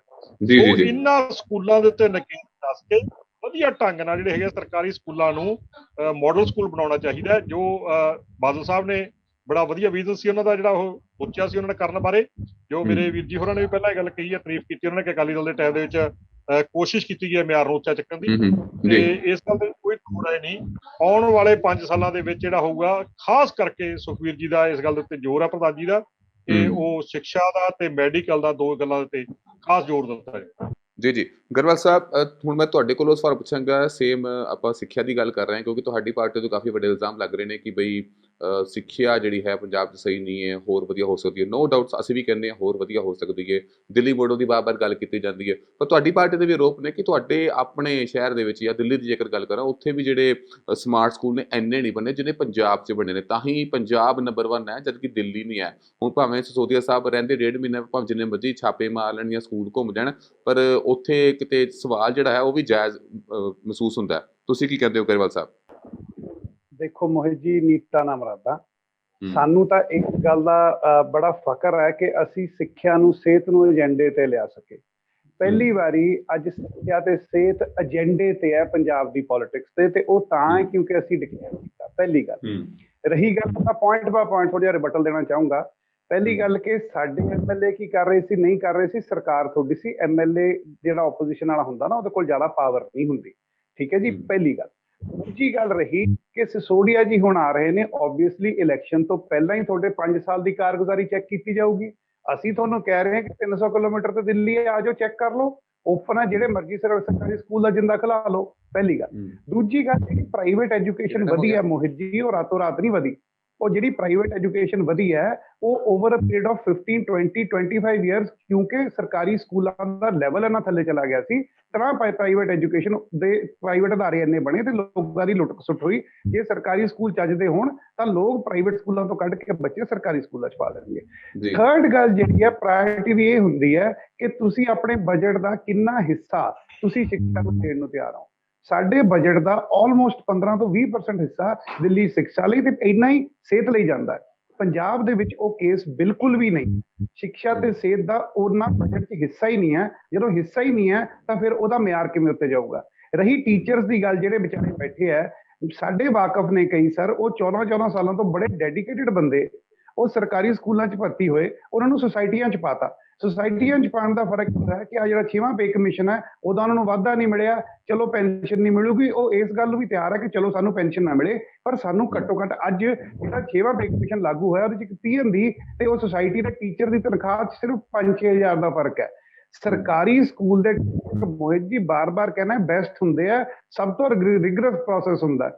ਪ੍ਰਾਈਵੇਟ ਸਕੂਲ ਵਾਲੇ ਤਨਖਾਹ ਵੀ 10-15 ਹਜ਼ਾਰ ਦਿੰਦੇ ਆ, ਸਰਕਾਰੀ ਸਕੂਲ ਤਨਖਾਹ ਵੀ ਵਧੀਆ ਹੈ, ਪਰ ਜਦੋਂ ਤੁਸੀਂ ਟੀਚਰ ਤੋਂ ਟੀਚਿੰਗ ਦੇ ਕੰਮ ਤੋਂ ਇਲਾਵਾ ਹਰ ਇੱਕ ਦੂਜਾ ਕੰਮ ਲੈਣਾ ਹੈ, ਫਿਰ ਉਹ ਟੀਚਰ ਕਿਵੇਂ ਪੜਾਊਗਾ? ਤੁਸੀਂ ਉਹਨੂੰ ਡੰਡਾ ਦੇ ਕੇ ਕਹਿਣਾ ਕਿ ਆਹ ਰਿਜ਼ਲਟ ਮੈਨੂੰ ਚਾਹੀਦੇ ਨੇ। ਜਿਹੜੇ ਟੀਚਰਸ ਦੱਸਦੇ ਆ ਕਿ ਅਸੀਂ ਕਿਸ ਤਰ੍ਹਾਂ ਸਾਨੂੰ ਪ੍ਰੈਸ਼ਰਾਈਜ਼ ਕੀਤਾ ਜਾਂਦਾ ਕਿ ਤੁਸੀਂ ਪੇਪਰ ਦਵਾਓ, ਕਿਸ ਤਰ੍ਹਾਂ ਪ੍ਰੈਸ਼ਰਾਈਜ਼ ਕੀਤਾ ਜਾਂਦਾ ਕਿ ਦਿਖਾਓ। ਰਹੀ ਗੱਲ ਜਿਹੜੇ ਮੈਰੀਟੋਰੀਅਸ ਸਕੂਲ ਦੀ ਗੱਲ ਕੀਤੀ, ਮੈਰੀਟੋਰੀਅਸ ਸਕੂਲ ਬਣਿਆ ਸੀ ਜੀ ਬੜੇ ਫੈਨਫੇਅਰ ਨਾਲ ਅਕਾਲੀ ਗਵਰਨਮੈਂਟ ਵੇਲੇ ਲੁਧਿਆਣੇ, ਅੱਜ ਉਹਦੇ 'ਚ ਇੱਕ ਵੀ ਸਟੂਡੈਂਟ ਨਹੀਂ ਹੈਗਾ, ਕਿਉਂਕਿ ਕੋਈ ਸਟੂਡੈਂਟ ਉਸ ਕੱਟ ਆਫ ਤੇ ਪਹੁੰਚਿਆ ਨਹੀਂ ਤੇ ਜਿਹੜੇ ਅੱਗੇ ਉਹ ਆਉਣਾ ਨਹੀਂ ਚਾਹੁੰਦੇ। ਇਹ ਰਹੀ ਮਾਡਲ ਸਕੂਲ ਦੀ ਗੱਲ। ਲੁਧਿਆਣੇ PAU ਨੂੰ ਮਾਡਲ ਸਕੂਲ ਮੰਨਿਆ ਜਾਂਦਾ। ਜਿੱਦਣ ਸਿਸੋਦੀਆ ਜੀ ਦੀ ਪ੍ਰਗਟ ਸਿੰਘ ਜੀ ਦੀ ਆਪਸ ਵਿੱਚ ਗੱਲਬਾਤ ਹੁੰਦੀ ਹੈ, ਉਦਣ ਸਾਡਾ ਮਿੱਤਰ ਨੂੰ ਉੱਥੇ ਬੁਲਾਇਆ ਗਿਆ, ਉਹਦਾ ਲੋਹੇ ਦਾ ਕੰਮ ਹੈ ਗ੍ਰਿਲਾਂ ਦਾ ਜੀ। ਉਹਨੂੰ ਕਿਹਾ ਗਿਆ ਕਿ ਆ ਕੇ ਫਟਾਫਟ ਭਾਈ ਗ੍ਰਿਲਾਂ ਫਿਕਸ ਕਰ, ਥੋੜੇ ਜਿਹੇ ਮਾਈਕ੍ਰੋਫੋਨ ਨੇ, ਥੋੜੇ ਜਿਹੇ ਹੋਰ ਪ੍ਰੋਜੈਕਟਰ ਨੇ, ਉਹਦੀਆਂ ਗ੍ਰਿਲਾਂ ਟੁੱਟੀਆਂ ਹੋਈਆਂ ਨੇ, ਉਹ ਤੈਨੂੰ ਸੰਡੇ ਨੂੰ ਲੋਹੇ ਦਾ ਕੰਮ ਕਰਨਾ ਪਊਗਾ, ਸਾਨੂੰ ਸ਼ਾਇਦ ਦਿਖਾਉਣਾ ਪਵੇ। ਇਹ ਮੋਹਿਤ ਜੀ ਖਾਨਾ ਪੂਰਤੀ ਹੋ ਰਹੀ ਹੈ। ਅਸੀਂ ਇਹ ਕਹਿ ਰਹੇ ਹਾਂ ਕਿ ਵੀ ਆਰ ਥੈਂਕਫੁਲ ਕਿ ਇਹ ਏਜੰਡੇ ਤੇ ਆਇਆ। ਅਸੀਂ ਇੱਕ ਕੰਕਰੀਟ ਪ੍ਰੋਗਰਾਮ ਦੇ ਰਹੇ ਹਾਂ ਕਿ ਸਿੱਖਿਆ ਭਵਿੱਖ ਨੂੰ ਲੀਡ ਕਰਦੀ ਹੈ। ਬੱਚਿਆਂ ਨੂੰ ਦਿੱਲੀ 'ਚ ਮੈਂਟਰਸ਼ਿਪ ਪ੍ਰੋਗਰਾਮ ਚੱਲ ਰਿਹਾ, ਦਿੱਲੀ ਜਿਵੇਂ ਐਂਟਰਪ੍ਰੈਨਿਓਰ ਪ੍ਰੋਗਰਾਮ ਚੱਲ ਰਿਹਾ, ਦਿੱਲੀ ਦੇ ਜਿਵੇਂ ਰਿਜ਼ਲਟਸ 97.9% ਸਰਕਾਰੀ ਸਕੂਲ ਦਾ ਰਿਜ਼ਲਟ ਆ ਜੀ ਲਗਾਤਾਰ 3 ਸਾਲਾਂ 'ਚ। ਪੰਜਾਬ 'ਚ ਸਾਰੇ ਦਾ ਰਲ ਕੇ ਨਹੀਂ ਹੈਗਾ, ਕੁਛ ਤਾਂ ਸਹੀ ਕੀਤਾ ਹੋਊਗਾ ਮੋਹਿਤ ਜੀ, ਕੁਛ ਤਾਂ ਸਹੀ ਕੀਤਾ ਹੋਊਗਾ। ਸੋ ਸਾਡਾ ਸਿਰਫ ਇਹ ਹੈ ਕਿ ਅਸੀਂ ਇਹਨੂੰ ਅੱਡੇ ਤੇ ਲਿਆਏ ਹਾਂ। ਜਿਹੜੇ ਪੀਪਲਸ ਇਸ਼ੂਜ਼ ਨੂੰ ਉਹਨਾਂ ਨੂੰ ਏਜੰਡੇ ਤੇ ਲਿਆਏ ਆ। ਤੇ ਹੁਣ ਪਹਿਲੀ ਵਾਰੀ ਇਹ ਨਹੀਂ ਹੋਇਆ ਜੀ ਕਿ SYL ਦਾ ਪਾਣੀ ਇੱਧਰ ਨੂੰ ਚੱਲ ਜੂਗਾ ਜਾਂ ਫਲਾਣੀ ਚੀਜ਼ ਜੂਗੀ। ਲੋਕ ਕਹਿੰਦੇ ਕਿ ਸਾਡੀ ਜ਼ਿੰਦਗੀ ਨੂੰ ਜਿਹੜੀ ਚੀਜ਼ ਨਾਲ ਫਰਕ ਪੈਂਦਾ ਉਹਦੇ ਬਾਰੇ ਗੱਲ ਕਰੋ। ਤੇ we are proud of the fact ਕਿ ਅਸੀਂ ਸਿੱਖਿਆ ਨੂੰ, ਸਿਹਤ ਨੂੰ, ਵਿਮਨਸ ਰਾਈਟ ਨੂੰ, ਐਗਰੀਕਲਚਰ ਨੂੰ, ਜਿੱਥੇ ਅਸੀਂ ਕਹਿੰਦੇ ਕਿ ਐਗਰੀਕਲਚਰ ਦੇ ਵਿੱਚ ਡਾਇਵਰਸਿਫਿਕੇਸ਼ਨ ਕਿਵੇਂ ਆਊਗੀ, ਐਗਰੀ ਇੰਡਸਟਰੀ ਕਿਵੇਂ ਆਊਗੀ, ਇਹਨਾਂ ਮੁੱਦਿਆਂ ਦੀ ਗੱਲ ਹੋ ਰਹੀ ਹੈ। ਸੋ ਏਜੰਡਾ ਸੈੱਟ ਕਰਨ ਦਾ ਸਾਨੂੰ ਫਖਰ ਹੈ ਤੇ ਅਸੀਂ ਉਹ ਏਜੰਡਾ ਸੈੱਟ ਕਰਨ ਦੇ ਨਾਲ ਨਾਲ ਗੋਲ ਮੋਲ ਗੱਲ ਨਹੀਂ ਕਰਾਂਗੇ। ਅਸੀਂ ਕੰਕਰੀਟ ਰੋਡ ਮੈਪ ਤੇ ਤਰੀਕਾ ਵੀ ਦੇਵਾਂਗੇ ਕਿ ਉਹਨਾਂ ਨੂੰ ਕਿਵੇਂ ਹੱਲ ਕੀਤਾ ਜਾਊ। ਜੀ ਜੀ, ਤੇ ਬਾਕੀ ਜਿਹੜੀ ਗੱਲਾਂ ਐਜੂਕੇਸ਼ਨ ਨੂੰ ਲੈ ਕੇ ਹੋ ਰਹੀਆਂ ਨੇ ਜਾਂ ਹੋਰਾਂ ਮਸਲਿਆਂ ਨੂੰ ਲੈ ਕੇ ਹੋ ਰਹੀਆਂ ਨੇ, ਲੋਕ ਇੰਤਜ਼ਾਰ ਕਰ ਰਹੇ ਨੇ ਕਿ ਬਈ ਰਿਐਲਿਟੀ ਕਦੋਂ ਹੋਣਗੀਆਂ, ਕਿਉਂਕਿ ਹਾਲੇ ਤੱਕ ਜਿੰਨੀਆਂ ਵੀ ਅਨਾਉਂਸਮੈਂਟਾਂ ਹੋਈਆਂ ਨੇ ਬਸ ਅਨਾਉਂਸਮੈਂਟਾਂ ਹੀ ਲੱਗ ਰਹੀਆਂ ਨੇ। ਗਰਾਊਂਡ ਤੇ ਸਾਨੂੰ ਕੀ ਦਿਖਦਾ ਵਾ ਕਿ ਹਾਏ 5 ਸਾਲਾਂ ਬਾਅਦ 4.5 ਸਾਲਾਂ ਬਾਅਦ ਬਸ ਸੜਕਾਂ ਪੁੱਟ ਲੈਣੀਆਂ, ਸੜਕਾਂ ਨੂੰ ਬਣਾ ਲੈਣਾ ਤੇ ਕਹਿ ਦੇਣਾ ਕਿ ਲੋ ਤੁਹਾਡੇ ਇਲਾਕੇ ਦਾ ਵਿਕਾਸ ਹੋ ਗਿਆ। ਜਦ ਕਿ ਵਿਕਾਸ ਜਿਹੜਾ ਹੈ ਉਹ ਪਾਣੀ ਦੀ ਲੋੜ ਹੋਵੇ, ਸੈਨੀਟੇਸ਼ਨ ਦੀ ਲੋੜ ਹੋਵੇ, ਸਿੱਖਿਆ ਦੀ ਲੋੜ ਹੋਵੇ ਜਾਂ ਫਿਰ ਸਿਹਤ ਦੀ ਲੋੜ ਹੋਵੇ, ਇਹਨਾਂ ਸਭ ਨੂੰ ਸੰਪੂਰਨ ਕਰਨਾ ਹੈ। ਸੋ ਉਮੀਦ ਇਹੀ ਹੈ ਕਿ ਹਾਂ ਵੀ ਜਵਾਬ ਦੇਦਾ ਜੀ। ਜੀ ਜੀ ਜੀ, ਬਿਲਕੁਲ ਬਿਲਕੁਲ ਸਵੈਚ ਸਾਹਿਬ, ਬਿਲਕੁਲ। ਦੇਖੋ, ਆਮ ਆਦਮੀ ਪਾਰਟੀ ਨੇ ਗੱਲ ਕੀਤੀ ਹੈ ਕਿ ਜੀ ਦੇਖੋ ਅਸੀਂ ਏਜੰਡਾ ਸੈੱਟ ਕੀਤਾ ਸੀ, ਆਹ ਏਜੰਡਾ ਸੈੱਟ ਕੀਤਾ ਸੀ, ਉਹ ਏਜੰਡਾ ਸੈੱਟ ਕੀਤਾ, ਉਹ ਏਜੰਡਾ ਸੈੱਟ ਕੀਤਾ। ਬਿਲਕੁਲ ਗਲਤ ਹੈਗਾ। ਆਮ ਆਦਮੀ ਨੇ ਕੀ ਏਜੰਡਾ ਸੈੱਟ ਕੀਤਾ ਹੈ ਤੇ ਖਾਸ ਕਰ ਕੇਜਰੀਵਾਲ ਨੇ ਕੀ ਏਜੰਡਾ ਸੈੱਟ ਕੀਤਾ ਹੈ। ਪਹਿਲੀ ਗੱਲ ਤਾਂ ਉਹਨਾਂ ਨੇ ਪੰਜਾਬ ਦੇ ਲੋਕਾਂ ਨੂੰ ਦਾ ਇਨਸਲਟ ਕੀਤਾ। ਉਹਨਾਂ ਨੇ ਬਹੁਤ ਵੱਡੀ ਇਨਸਲਟ ਕੀਤੀ ਹੈ ਇਹ ਕਹਿ ਕੇ ਕਿ ਪੰਜਾਬ ਦੇ ਜਿਹੜੇ ਹੈਗੇ ਲੋਕ ਕਿਸੇ ਕੰਮ ਕਰਨ ਦੇ ਕੰਪੀਟੈਂਟ ਨਹੀਂ ਹੈਗੇ। ਤੇ ਖੁਦ ਆਪਦੀ ਆਮ ਆਦਮੀ ਪਾਰਟੀ ਦੇ ਇਹਨਾਂ ਦੇ ਜਿਹੜੇ ਲੀਡਰ ਨੇ ਉਹਨਾਂ ਨੂੰ ਵੀ ਕੰਪੀਟੈਂਟ ਨਹੀਂ ਸਾਡੇ ਵਿੱਚੋਂ। ਗਰੇਵਾਲ ਸਾਹਿਬ ਮੈਂ ਤੁਹਾਡੇ ਵਿੱਚ ਬੋਲਿਆ ਨਹੀਂ, ਪਲੀਜ਼ ਕੀ ਬਾਤ ਜਵਾਬ ਦੇ ਲਿਓ। ਗਰੇਵਾਲ ਸਾਹਿਬ ਟਾਈਮ ਆ ਜਾਊਗਾ, ਤੁਸੀਂ ਐਗਜ਼ੈਕਟ ਵਰਡਿੰਗ ਦੱਸ ਸਕਦੇ ਸਵੈਚ ਸਾਹਿਬ ਜੀ। ਜਦੋਂ ਵੀ ਹੁਣ ਗੱਲ ਕਰਦੇ ਨੇ ਉਹ ਕਹਿੰਦੇ ਨੇ ਪੰਜਾਬ ਵਿਸ਼ਵਾਸ ਕਰਦਾ ਹੈ ਕੇਜਰੀਵਾਲ ਤੇ। ਉਹਦਾ ਮਤਲਬ ਕੀ ਹੈ? ਇਹਦਾ ਮਤਲਬ ਹੈਗਾ ਕਿ ਪੰਜਾਬ ਦੇ ਲੋਕ ਪੰਜਾਬ ਦੇ ਲੀਡਰਾਂ ਤੇ ਵਿਸ਼ਵਾਸ ਨਹੀਂ ਕਰਦੇ, ਖਾਸ ਕਰ ਜਿਹੜੇ ਆਮ ਆਦਮੀ ਪਾਰਟੀ ਦੇ ਲੀਡਰ ਨੇ ਉਹਨਾਂ ਤੇ ਵਿਸ਼ਵਾਸ ਨਹੀਂ ਕਰਦੇ। ਉਹ ਭਗਵੰਤ ਮਾਨ ਤੇ ਵਿਸ਼ਵਾਸ ਨਹੀਂ ਕਰਦੇ, ਉਹ ਵਿਸ਼ਵਾਸ ਕਰਦੇ ਨੇ ਕੇਜਰੀਵਾਲ ਤੇ। ਤੇ ਕੇਜਰੀਵਾਲ ਜੀ ਨੇ ਪੰਜਾਬ ਦਾ ਹੁਣ 5 ਸਾਲ 7 ਸਾਲ ਦਿੱਲੀ ਨੂੰ ਹੋ ਗਏ ਬਣੇ ਨੇ ਉਹਨਾਂ ਨੂੰ। 5 ਸਾਲ ਦੇ ਵਿੱਚ ਇਹ ਦੱਸ ਦੇਣ ਗਰੇਵਾਲ ਸਾਹਿਬ ਪੰਜਾਬ 'ਚ ਕਿੰਨੀ ਵਾਰੀ ਆਏ ਉਹ, ਇੱਕ ਗੱਲ। ਦੂਜੀ ਗੱਲ, ਜਦੋਂ ਸਿਸੋਦੀਆ ਸਾਹਿਬ ਸਕੂਲ ਦੇਖਣ ਆ ਗਏ ਪੰਜਾਬ ਦੇ, ਲੇਕਿਨ ਜਮਨਾ ਦਾ ਪਾਣੀ ਦੇਖਣ ਨਹੀਂ ਗਏ। ਸੁਪਰੀਮ ਕੋਰਟ ਨੇ ਛਿੱਤਰ ਮਾਰੇ ਇਹਨਾਂ ਦੇ ਕਿ ਤੁਸੀਂ ਗੰਦ ਸਾਫ਼ ਨਹੀਂ ਕੀਤਾ, ਲੋਕ ਬਿਮਾਰ ਹੋ ਰਹੇ ਨੇ। ਉਹ ਭਾਈ ਸਾਹਿਬ ਤੁਸੀਂ ਜਮਨਾ ਦਾ ਪਾਣੀ ਵੀ ਦੇਖ ਲੈਂਦੇ, ਪੰਜਾਬ ਦੇ ਸਕੂਲ ਦਾ ਤੁਸੀਂ ਦੇਖਣ ਆ ਗਏ, ਉਹਨਾਂ ਨੂੰ ਕੌਣ ਸਾਫ਼ ਕਰੂਗਾ? ਤੀਜੀ ਗੱਲ, ਜਦੋਂ ਵੀ ਦਿੱਲੀ ਦੇ ਵਿੱਚ ਪੋਲਿਊਸ਼ਨ ਵੱਧਦਾ ਹੈ, ਸਭ ਤੋਂ ਪਹਿਲੀ ਗੱਲ ਕੇਜਰੀਵਾਲ ਕੀ ਕਰਦਾ है? ये तो पोल्यूशन पंजाब से, पंजाब के जो थर्मल प्लांट्स हैं वो बंद कर दो। भाई आ की गल हुई है? दिल्ली ਦੇ ਵਿੱਚ ਪੋਲਿਊਸ਼ਨ ਜਿੰਮੇਵਾਰ ਲੋਕ ਨੇ, ਪੰਜਾਬ ਦੇ ਕਿਸਾਨ ਜ਼ਿੰਮੇਵਾਰ ਨੇ ਹੈ। ਅਗਲੀ ਗੱਲ ਫਿਰ ਕਿ ਉਹਨਾਂ ਦੇ ਤੁਸੀਂ ਬੰਦ ਕਰ ਦਿਓ, ਇਹ ਥਰਮਲ ਪਲਾਂਟ ਬੰਦ ਕਰ ਦਿਓ, ਕੀ ਪੰਜਾਬ ਦੇ ਲੋਕਾਂ ਨੂੰ ਬਿਜਲੀ ਨਹੀਂ ਚਾਹੀਦੀ? ਚੌਥੀ ਗੱਲ ਅੱਗੇ ਫਿਰ ਸੁਣੀ ਜਾਓ ਮੇਰੀ ਗੱਲਾਂ ਹੁਣ। ਇਹ ਕਹਿੰਦੇ ਨੇ ਅਸੀਂ ਐਗਰੀਕਲਚਰ ਏਜੰਡਾ ਸੈੱਟ ਕੀਤਾ। ਐਗਰੀਕਲਚਰ ਦਾ ਗਰੇਵਾਲ ਸਾਹਿਬ ਨੂੰ ਇਹ ਦੱਸ ਦਿਓ, ਦਿੱਲੀ ਵਿੱਚ ਤਾਂ ਬਹੁਤ ਥੋੜੇ ਕਿਸਾਨ ਨੇ, ਉਹਨਾਂ ਕਿੰਨੇ ਕਿਸਾਨਾਂ ਤੁਸੀਂ ਕਰਜ਼ਾ ਮਾਫ ਕੀਤਾ? ਇੱਕ ਕਿੰਨੇ ਤੁਸੀਂ ਕਿਸਾਨਾਂ ਦਾ ਉੱਥੇ ਟਿਊਬਵੈਲ ਦਾ ਬਿੱਲ, ਬਿਜਲੀ ਦਾ ਬਿੱਲ ਮਾਫ ਨਹੀਂ ਕੀਤਾ? ਦਿੱਲੀ ਦੇ ਵਿੱਚ ਟਿਊਬਵੈਲਾਂ ਤੇ ਜਿਹੜਾ ਹੈਗਾ ਉਹ ਬਿਜਲੀ ਦਾ ਬਿੱਲ ਲਿਆ ਜਾਂਦਾ ਹੈ, ਅੱਜ ਵੀ ਲਿਆ ਜਾਂਦਾ ਹੈ, ਮਾਫ ਨਹੀਂ ਕੀਤਾ। ਤੇ ਚੌਥੀ ਗੱਲ, ਮੇਰੇ ਕੋਲ ਅੰਕੜੇ ਪਏ ਨੇ, ਪਿਛਲੇ ਸਾਲ ਦਿੱਲੀ ਦੇ ਵਿੱਚ ਕਣਕ ਜਿਹੜੀ ਹੈਗੀ ਹੈ ਦਿੱਲੀ ਦੇ ਕਿਸਾਨਾਂ ਦੀ MSP ਤੋਂ ਨੀਚੇ ਵਿਕੀ ਹੈ, 200-250 ਰੁਪਏ ਪਰ ਕੁਇੰਟਲ। ਤੇ ਤੈਨੂੰ ਹੁਣੇ ਅੰਕੜੇ ਕੱਢ ਸਕਦਾ, ਦੇ ਸਕਦਾ।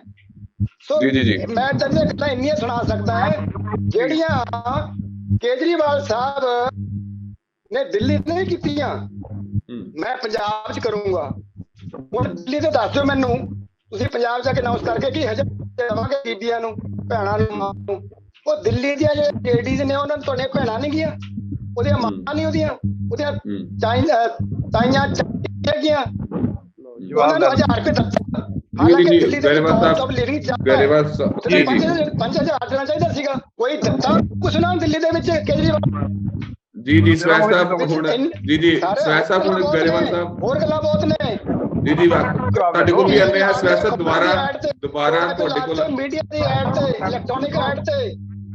ਜੀ ਸਵੈਚ ਸਾਹਿਬ ਹੁਣ ਸੀ ਪਤਾ ਦਿੱਲੀ ਦੇ ਵਿੱਚ ਟੀਚਰ ਨੂੰ ਧੋਖਾ ਨਹੀਂ ਕੀਤਾ ਗਿਆ ਦਿੱਲੀ ਦੇ ਵਿੱਚ 8 ਲੱਖ ਨੌਕਰੀ ਦਾ ਵਾਅਦਾ ਕੀਤਾ ਗਿਆ। ਦੱਸੋ ਕਿੰਨੇ ਨੌਕਰੀ ਦਿੱਤੀਆਂ ਗਈਆਂ? ਜਵਾਬ ਲੈ ਲਓ, ਜਵਾਬ ਲੈ ਮੈਂ ਸਕਦਾ ਹੁਣ ਜਵਾਬ ਲੈ ਲੈਣਾ ਦਾ ਸਵੈ ਸਾਹਿਬ ਹੁਣ ਜਵਾਬ ਲੈ ਲੈਂਦੇ ਆ, ਕਿਉਂਕਿ ਇਹਨਾਂ ਦੀ ਪਾਰਟੀ ਨੇ ਸੀਐਮ ਚੰਨੀ ਸਾਹਿਬ ਨੂੰ ਐਲਾਨ ਜੀਤ ਕਹਿ ਦਿੱਤਾ ਕਿ ਹਾਂ ਵੀ ਐਲਾਨ ਹੀ ਕਰਦੇ ਨੇ, ਤੇ ਹੋ ਸਕਦਾ ਕਿ ਤੁਹਾਡੇ ਵੀ ਜਿਹੜੇ ਦਿੱਲੀ ਦੇ ਜਿਹੜੇ ਕਨਵੀਨਰ ਨੇ ਉਹਨਾਂ ਨੂੰ ਵੀ ਗਰੰਟੀ ਮੰਤਰੀ ਕਹਿ ਦੇਣ, ਕਿਉਂਕਿ ਗਰੰਟੀ ਦੋਵੇਂ ਗੱਲਾਂ ਹਵਾ 'ਚ ਹੋ ਰਹੀਆਂ ਨੇ। ਗਰਾਊਂਡ ਤੇ ਤੁਹਾਡੇ ਕੋਲ ਪੁੱਛ ਰਹੇ, ਤੁਸੀਂ ਕੀ ਜਵਾਬ ਦਿੰਦੇ ਹੋ? ਜੀ ਗਰੇਵਾਲ ਸਾਹਿਬ। ਮੈਂ ਜਵਾਬ ਪਹਿਲਾਂ ਇਹ ਦਿੰਦਾ ਕਿ ਇਹ ਜਿਹੜੇ ਸਵੈਚ ਸਾਹਿਬ ਕਹਿ ਰਹੇ ਕਿ ਦਿੱਲੀ ਚ ਆਹ ਨਹੀਂ ਕੀਤਾ ਉਹ ਨਹੀਂ ਕੀਤਾ, 2019 ਚ ਇਲੈਕਸ਼ਨਾਂ ਹੋਈਆਂ ਨੇ, 63 ਸੀਟਾਂ ਆਈਆਂ ਸੀ। ਸੋ ਇਹ ਤਾਂ ਦਿੱਲੀ ਦੇ ਲੋਕਾਂ ਨੇ ਜਵਾਬ ਦਿੱਤਾ, ਪਹਿਲੀ ਗੱਲ। ਦੂਜੀ ਗੱਲ, ਇਹ ਸਵੈਚ ਸਾਹਿਬ ਕਹਿੰਦੇ ਕਿ ਪੰਜਾਬ ਦੇ ਲੋਕਾਂ ਨੇ ਇਨਸਲਟ ਕੀਤੀ, ਪਤਾ ਨਹੀਂ ਕਿੱਥੋਂ ਬੋਲਦੇ ਨੇ, ਕੋਈ ਪੁਆਇੰਟ ਇਹਨਾਂ ਕੋਲ ਹੈ ਨਹੀਂ ਦੇਣ ਨੂੰ। ਤੀਜੀ ਗੱਲ ਰਹੀ ਕਿਸਾਨੀ ਦੀ ਗੱਲ, ਸਵੈਚ ਸਾਹਿਬ ਨੂੰ ਥੋੜੀ ਜਿਹੀ ਜਾਣਕਾਰੀ ਦੱਸਾਂ ਕਿ ਦਿੱਲੀ ਚ ਪਰਾਲੀ ਦਾ ਪੂਰਾ ਹੱਲ ਕੀਤਾ ਗਿਆ, ਫ੍ਰੀ। ਉਹਨੂੰ ਪਰਾਲੀ ਨੂੰ ਪੂਸਾ ਦੇ ਸਾਇੰਟਿਸਟ ਨਾਲ ਰਲ ਕੇ ਲਿਕੁਇਡ ਬਣਾਇਆ ਗਿਆ, ਪਰਾਲੀ ਨੂੰ ਜ਼ਮੀਨ 'ਚ ਬਣਾਇਆ ਗਿਆ, ਜਿਹੜੀ ਬਾਕੀ ਦੀ ਬਿਲਕੁਲ ਗਲਤ ਹੈ, ਬਿਲਕੁਲ ਗਲਤ ਹੈਗਾ, ਉਹ ਬਿਲਕੁਲ ਕੰਮ ਨਹੀਂ ਕਰਦਾ। ਐਕਸਪਰਟਾਂ ਦੀ ਰਿਪੋਰਟ ਹੈਗੀ ਹੈ। ਪਹਿਲੀ ਗੱਲ ਤਾਂ ਜਿਹੜਾ ਕੈਮੀਕਲ ਸੀਗਾ ਉਹ ਕੇਜਰੀਵਾਲ ਨੇ ਕੀਤਾ। ਤੁਹਾਨੂੰ ਮੌਕਾ ਦਿੱਤਾ ਜਾਏਗਾ। ਸਵੈ ਸਾਹਿਬ ਗਰੇਵਾਲ ਸਾਹਿਬ ਨੂੰ ਗੱਲ ਪੂਰੀ ਕਰ ਲੈਣ ਦਿਓ। ਗਰੇਵਾਲ ਸਾਹਿਬ ਵਿੱਚ 2.5 ਲੱਖ ਏਕੜ ਦੇ ਵਿੱਚ ਛਿੜਕਾਅ ਕਰਕੇ ਦੇਖਿਆ ਗਿਆ, ਉਹ ਕਾਮਯਾਬ ਨਹੀਂ ਹੋਇਆ। ਐਸਾ ਬੜੇ ਵਧੀਆ ਤਰੀਕੇ ਨਾਲ ਬਹਿਸ ਚੱਲ ਰਹੀ ਹੈ। ਇੱਕ ਬੰਦਾ ਆਪਣੀ ਗੱਲ ਰੱਖੇ ਪਲੀਜ਼। ਗਰੇਵਾਲ ਸਾਹਿਬ ਆਪਣੀ ਗੱਲ ਪੂਰੀ ਕਰੋ। ਤੁਸੀਂ ਗੱਲ ਕੰਪਲੀਟ ਹੋਣ ਦਿਓ। ਦੇਖੋ ਜੀ, ਦਿੱਲੀ ਦੇ ਲੋਕਾਂ ਨੇ 2019 ਚ ਜਵਾਬ ਦਿੱਤਾ ਸੀ ਕੇਜਰੀਵਾਲ ਨੇ ਕੀ ਕੀਤਾ ਕੀ ਨਹੀਂ ਕੀਤਾ, ਪਹਿਲੀ ਗੱਲ। ਦੂਜੀ ਗੱਲ ਰਹੀ, ਤੁਸੀਂ ਕਹਿੰਦੇ ਹੋ ਕਿ ਏਜੰਡਾ ਨਹੀਂ ਸੈੱਟ ਕਰ ਰਹੇ। ਅਸੀਂ ਇੱਕ ਗੱਲ ਕਹਿੰਦੇ ਆ ਕਿ ਤੁਸੀਂ ਤਾਂ ਕਦੇ ਇੱਕ ਵੀ ਭਾਵਕ ਮੁੱਦੇ ਨੂੰ ਛੱਡ ਕੇ ਤੁਹਾਡੇ ਕਿਸੇ ਬੰਦੇ ਨੇ ਗੱਲ ਕੀਤੀ ਹੋਵੇ ਅਸੀਂ ਇਹ ਬਿਹਤਰ ਕਰਾਂਗੇ। ਸਿੱਧੂ ਸਾਹਿਬ ਕੱਲ ਰਾਹੁਲ ਗਾਂਧੀ ਕੋ ਜਾ ਕੇ ਕਹਿ ਕੇ ਆਉਂਦੇ ਕਿ 2 ਕਾਰਜਕਾਰੀ ਪ੍ਰਧਾਨ ਬਣਾ ਦਿਓ, ਕਿ ਹੁਣ ਜਿਹੜਾ 30-35 ਦਿਨ ਦਾ ਠੀਕਰਾ ਮੈਂ ਹੋਰ ਵੀ ਇੱਕ ਬੰਦਾ ਤਿਆਰ ਰੱਖ ਲਾਂ ਜਿਹਦੇ ਸਿਰ ਤੇ ਭੰਨਿਆ ਜਾਵੇ। ਕਰਨਾ ਕਰਾਉਣਾ ਤਾਂ ਅਸੀਂ ਕੁਝ ਹੈ ਨਹੀਂਗਾ।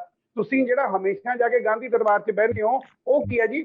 ਸਾਡੇ ਪੰਜਾਬ 'ਚ ਆਉਂਦੇ ਨੇ, ਪੰਜਾਬ 'ਚ ਕਹਿ ਚੁੱਕੇ ਨੇ ਪੰਜਾਬ ਦੀ ਲੀਡਰਸ਼ਿਪ ਹੋਊਗੀ। ਕੇਜਰੀਵਾਲ ਨੇ ਦੇਸ਼ ਨੂੰ, ਦਿੱਲੀ ਨੂੰ ਇੱਕ ਮਾਡਲ ਦਿੱਤਾ। ਅਸੀਂ ਉਹ ਕਹਿੰਦੇ ਆ ਕਿ ਪੰਜਾਬ 'ਚ ਅਸੀਂ ਪੰਜਾਬ ਮਾਡਲ ਬਣਾ ਕੇ ਲਿਆਵਾਂਗੇ, ਦਿੱਲੀ ਦੀ ਤਰਜ਼ ਤੇ ਲਿਆਵਾਂਗੇ। ਤੁਸੀਂ ਕਿਹਾ ਦਿੱਲੀ 'ਚ ਤੁਸੀਂ ਜਮਨਾ ਦਾ ਕੀ ਕੀਤਾ, ਉਹਦਾ ਜਵਾਬ ਸੁਣ ਲਓ। ਦਿੱਲੀ ਦੇ ਵਿੱਚ ਘੱਟੋ ਘੱਟ ਨਹੀਂ 8 ਅਦਾਰੇ ਨੇ, 8 'ਚੋਂ 2 ਸਾਡੇ ਕੋਲ ਨੇ, 6 ਕੇਂਦਰ ਸਰਕਾਰ ਕੋਲ ਨੇ। ਕੇਂਦਰ ਸਰਕਾਰ ਰੋਲੇ ਪਾਉਂਦੀ ਹੈ, ਉਹਦੇ ਬਾਵਜੂਦ ਅਸੀਂ ਡਿਟੇਲਡ ਪਲਾਨ ਸੁਪਰੀਮ ਕੋਰਟ 'ਚ ਦਿੱਤਾ। ਨਾਲ ਅਸੀਂ ਉਹਨਾਂ ਨੂੰ ਇਹ ਦੱਸਿਆ ਜੀ ਕਿ ਇਹਨਾਂ ਨੂੰ ਹਦਾਇਤ ਕਰੋ ਕਿ ਆਹ ਚੀਜ਼ਾਂ ਪੂਰੀਆਂ ਕਰ ਦੇਣ। ਸਾਡੇ ਕੋਲ ਤਾਂ ਉੱਥੇ ਰੇਡ ਮਾਰਨ ਦੀ ਵੀ ਸ਼ਮਤਾ ਨਹੀਂ ਹੈਗੀ, ਅਸੀਂ ਇੱਕ ਹੌਲਦਾਰ ਦੀ ਵੀ ਬਦਲੀ ਨਹੀਂ ਕਰ ਸਕਦੇ। ਤੁਹਾਨੂੰ ਇੱਕ ਗੱਲ ਇਹ ਦੱਸ ਰਹੇ ਹਾਂ ਕਿ ਅੱਧੀ ਸਰਕਾਰ ਦੇ ਨਾਲ ਜੋ ਕੁਝ ਉੱਥੇ ਅਚੀਵ ਹੋਇਆ, ਪੂਰਨ ਸਰਕਾਰ ਦੇ ਨਾਲ ਪੰਜਾਬ 'ਚ ਉਦੋਂ 10 ਗੁਣਾ ਵੱਧ ਅਚੀਵ ਹੋਊਗਾ, ਕਿਉਂਕਿ ਉੱਥੇ ਹਰ ਚੀਜ਼, ਮੈਂ ਤੁਹਾਨੂੰ ਉਦਾਹਰਨ ਦਿੰਦਾ ਜੀ, ਮੈਂ ਖੁਦ ਦੇਖਿਆ ਨੇ 97 ਫਾਈਲਾਂ ਗਈਆਂ ਸੀ ਦਿੱਲੀ ਸਰਕਾਰ ਦੀਆਂ ਲੈਫਟੀਨੈਂਟ ਗਵਰਨਰ ਦੇ ਆਫਿਸ। ਮੈਂ ਜਦੋਂ ਦੇਖਿਆ ਉੱਥੋਂ 3 ਫਾਈਲਾਂ ਰਾਈਟ ਪਈਆਂ, 94 ਫਾਈਲਾਂ ਲੈਫਟ ਸਾਈਡ ਤੇ ਪਈਆਂ। ਮੈਂ ਪੁੱਛਿਆ ਜੀ ਆਹ ਕੀ ਹੈ? ਉਹਦੇ 94 ਫਾਈਲਾਂ ਤੇ ਰੀਕਨਸੀਡਰ ਦੀ ਮੋਹਰ ਲੱਗ ਕੇ ਲੈਫਟੀਨੈਂਟ ਗਵਰਨਰ ਸਾਹਿਬ ਨੇ ਵਾਪਸ ਭੇਜਤਾ। ਇਹਨਾਂ ਪਰਿਸਥਿਤੀਆਂ 'ਚ ਅਸੀਂ ਦਿੱਲੀ 'ਚ ਕੰਮ ਕਰ ਰਹੇ ਹਾਂ, ਤੇ ਜੇ ਦਿੱਲੀ ਲੋਕਾਂ ਨੂੰ ਇਹ ਨਾ ਹੁੰਦਾ ਕਿ ਸਾਫ਼ ਨੀਤ ਨਾਲ, ਇਮਾਨਦਾਰੀ ਨਾਲ ਕੰਮ ਕਰ ਰਹੇ ਨੇ, ਤਾਂ ਸਾਨੂੰ ਇਹਨੇ ਭਾਰੀ ਬਹੁਮਤ ਨਾਲ ਚੁਣਦੇ ਨਾ। ਤੁਹਾਡੇ ਵਾਂਗੂ ਸਾਨੂੰ ਵੀ ਆਪਣਾ ਮੁੱਖ ਮੰਤਰੀ ਬਦਲਣਾ ਪੈਂਦਾ। ਤੁਸੀਂ ਜਿਹੜਾ 4.5 ਸਾਲ ਮੰਨ ਕੇ ਲੋਕਾਂ ਮੁੜ ਕੇ ਕੀਤਾ ਹੀ ਕੱਖ ਨਹੀਂ, ਮੁੱਖ ਮੰਤਰੀ ਬਦਲਿਆ। ਹੁਣ ਤੁਹਾਡੇ ਪੀਪੀਸੀਸੀ ਦੇ ਪ੍ਰਧਾਨ ਸਟੇਜ ਤੇ ਖੜੇ ਹੋ ਕੇ ਕਹਿ ਦਿੰਦੇ ਕਿ ਨਾ ਜੀ ਰੇਤਾ ਨਹੀਂ ਸਸਤਾ ਹੋਇਆ, ਨਾ ਜੀ ਮੈਂ ਤਾਂ ਆਮਰਨ ਅਨਸ਼ਨ ਤੇ ਬਹਿ ਜਾਊਂਗਾ ਜੇ ਤੁਸੀਂ ਐਸਟੀਐਫ ਦੀ ਰਿਪੋਰਟ ਨਾਲ ਸਾਹਮਣੇ ਕੀਤੀ, ਨਾ ਜੀ ਅਸੀਂ ਤਾਂ ਜੇ ਤੁਸੀਂ ਬੇਅਦਬੀ ਵਾਲੀ ਸੀਕ੍ਰੇਟ ਰਿਪੋਰਟ ਨਾ ਅੱਗੇ ਕੀਤੀ। ਤੁਸੀਂ ਤਾਂ ਆਹ ਭਾਵੁਕ ਮੁੱਦੇ ਜਿਨ੍ਹਾਂ ਤੇ ਤੁਸੀਂ ਲੋਕਾਂ ਨੂੰ 5 ਸਾਲ ਬੇਵਕੂਫ ਬਣਾਇਆ, ਤੁਸੀਂ ਤਾਂ ਉਹਨਾਂ ਤੇ ਵੀ ਨਹੀਂ ਖਰੇ ਉਤਰੇ।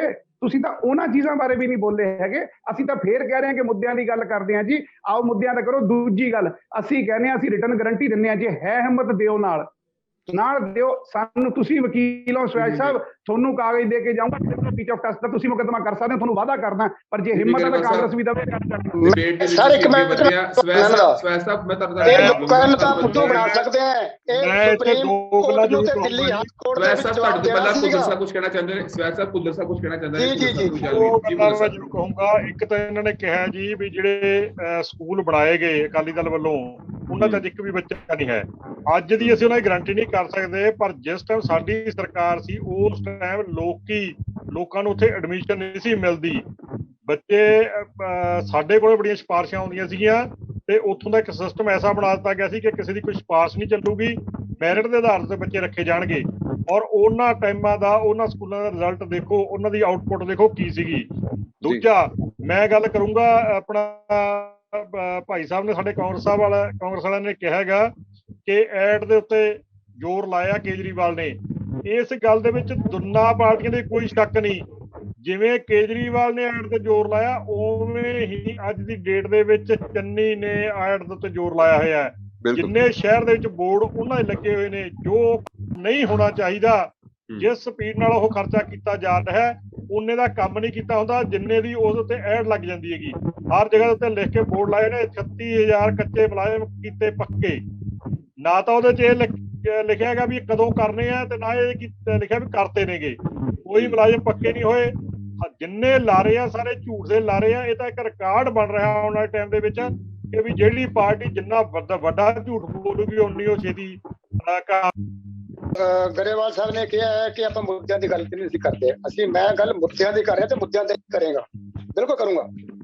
ਇਹਨਾਂ ਨੇ ਹੈਲਥ ਦੀ ਗੱਲ ਕੀਤੀ ਹੈਗੀ ਹੈ, ਇਹ ਗੱਲ ਕਰਦੇ ਨੇ ਉੱਥੇ ਮੁਹੱਲਾ ਕਲੀਨਿਕ ਦੀ। ਮੈਨੂੰ ਇਹ ਦੱਸ ਦੇਣ ਕਿਸੇ ਇੱਕ ਵੀ ਮੁਹੱਲਾ ਕਲੀਨਿਕ ਦੇ ਵਿੱਚ ਕਿਸੇ ਕੋਵਿਡ ਪੇਸ਼ੈਂਟ ਦਾ ਇਲਾਜ ਹੋਇਆ ਗਰੇਵਾਲ ਸਾਹਿਬ? ਤੱਥ ਇਹ ਅਸਲੀਅਤ ਇਹ ਹੈਗੀ ਹੈ ਕਿ ਦਿੱਲੀ ਤੋਂ ਕਿੰਨੇ ਸੈਂਕੜੇ ਮਰੀਜ਼ ਲੁਧਿਆਣਾ, ਜਲੰਧਰ, ਪਟਿਆਲਾ ਡਿਬੇਟ ਤੋਂ ਬਹੁਤ ਦੂਰ ਜਾ ਚੁੱਕੇ ਆ। ਮੈਂ ਦੋਨਾਂ ਨੂੰ ਕਹਿ ਰਿਹਾ ਆਪਾਂ ਡਿਬੇਟ ਤੋਂ ਕਾਫੀ ਦੂਰ ਜਾ ਰਹੇ ਆ। ਮੈਂ ਇੱਥੇ ਇੱਕ ਬ੍ਰੇਕ ਲੈ ਰਿਹਾ, ਬ੍ਰੇਕ ਤੋਂ ਬਾਅਦ ਦੁਬਾਰਾ ਅਸੀਂ ਗੱਲ ਕਰਾਂਗੇ ਕਿ ਜਿਹੜੇ ਦੋ ਮੁੱਦਿਆਂ ਦੀ ਅਸੀਂ ਗੱਲ ਕਰ ਰਹੇ ਹਾਂ, ਸਿਰਫ ਤੇ ਸਿਰਫ ਸਿੱਖਿਆ ਤੇ ਕਿਸਾਨਾਂ ਦੀ, ਉਹਦੇ ਵੱਲ ਦੁਬਾਰਾ ਗੱਲਬਾਤ ਕਰਾਂਗੇ, ਦੁਬਾਰਾ ਇਹਨਾਂ ਦੇ ਪੁਆਇੰਟ ਜਾਣਨ ਦੀ ਕੋਸ਼ਿਸ਼ ਕਰਾਂਗੇ। ਮਿਲਦੇ ਹਾਂ ਬ੍ਰੇਕ ਤੋਂ ਬਾਅਦ।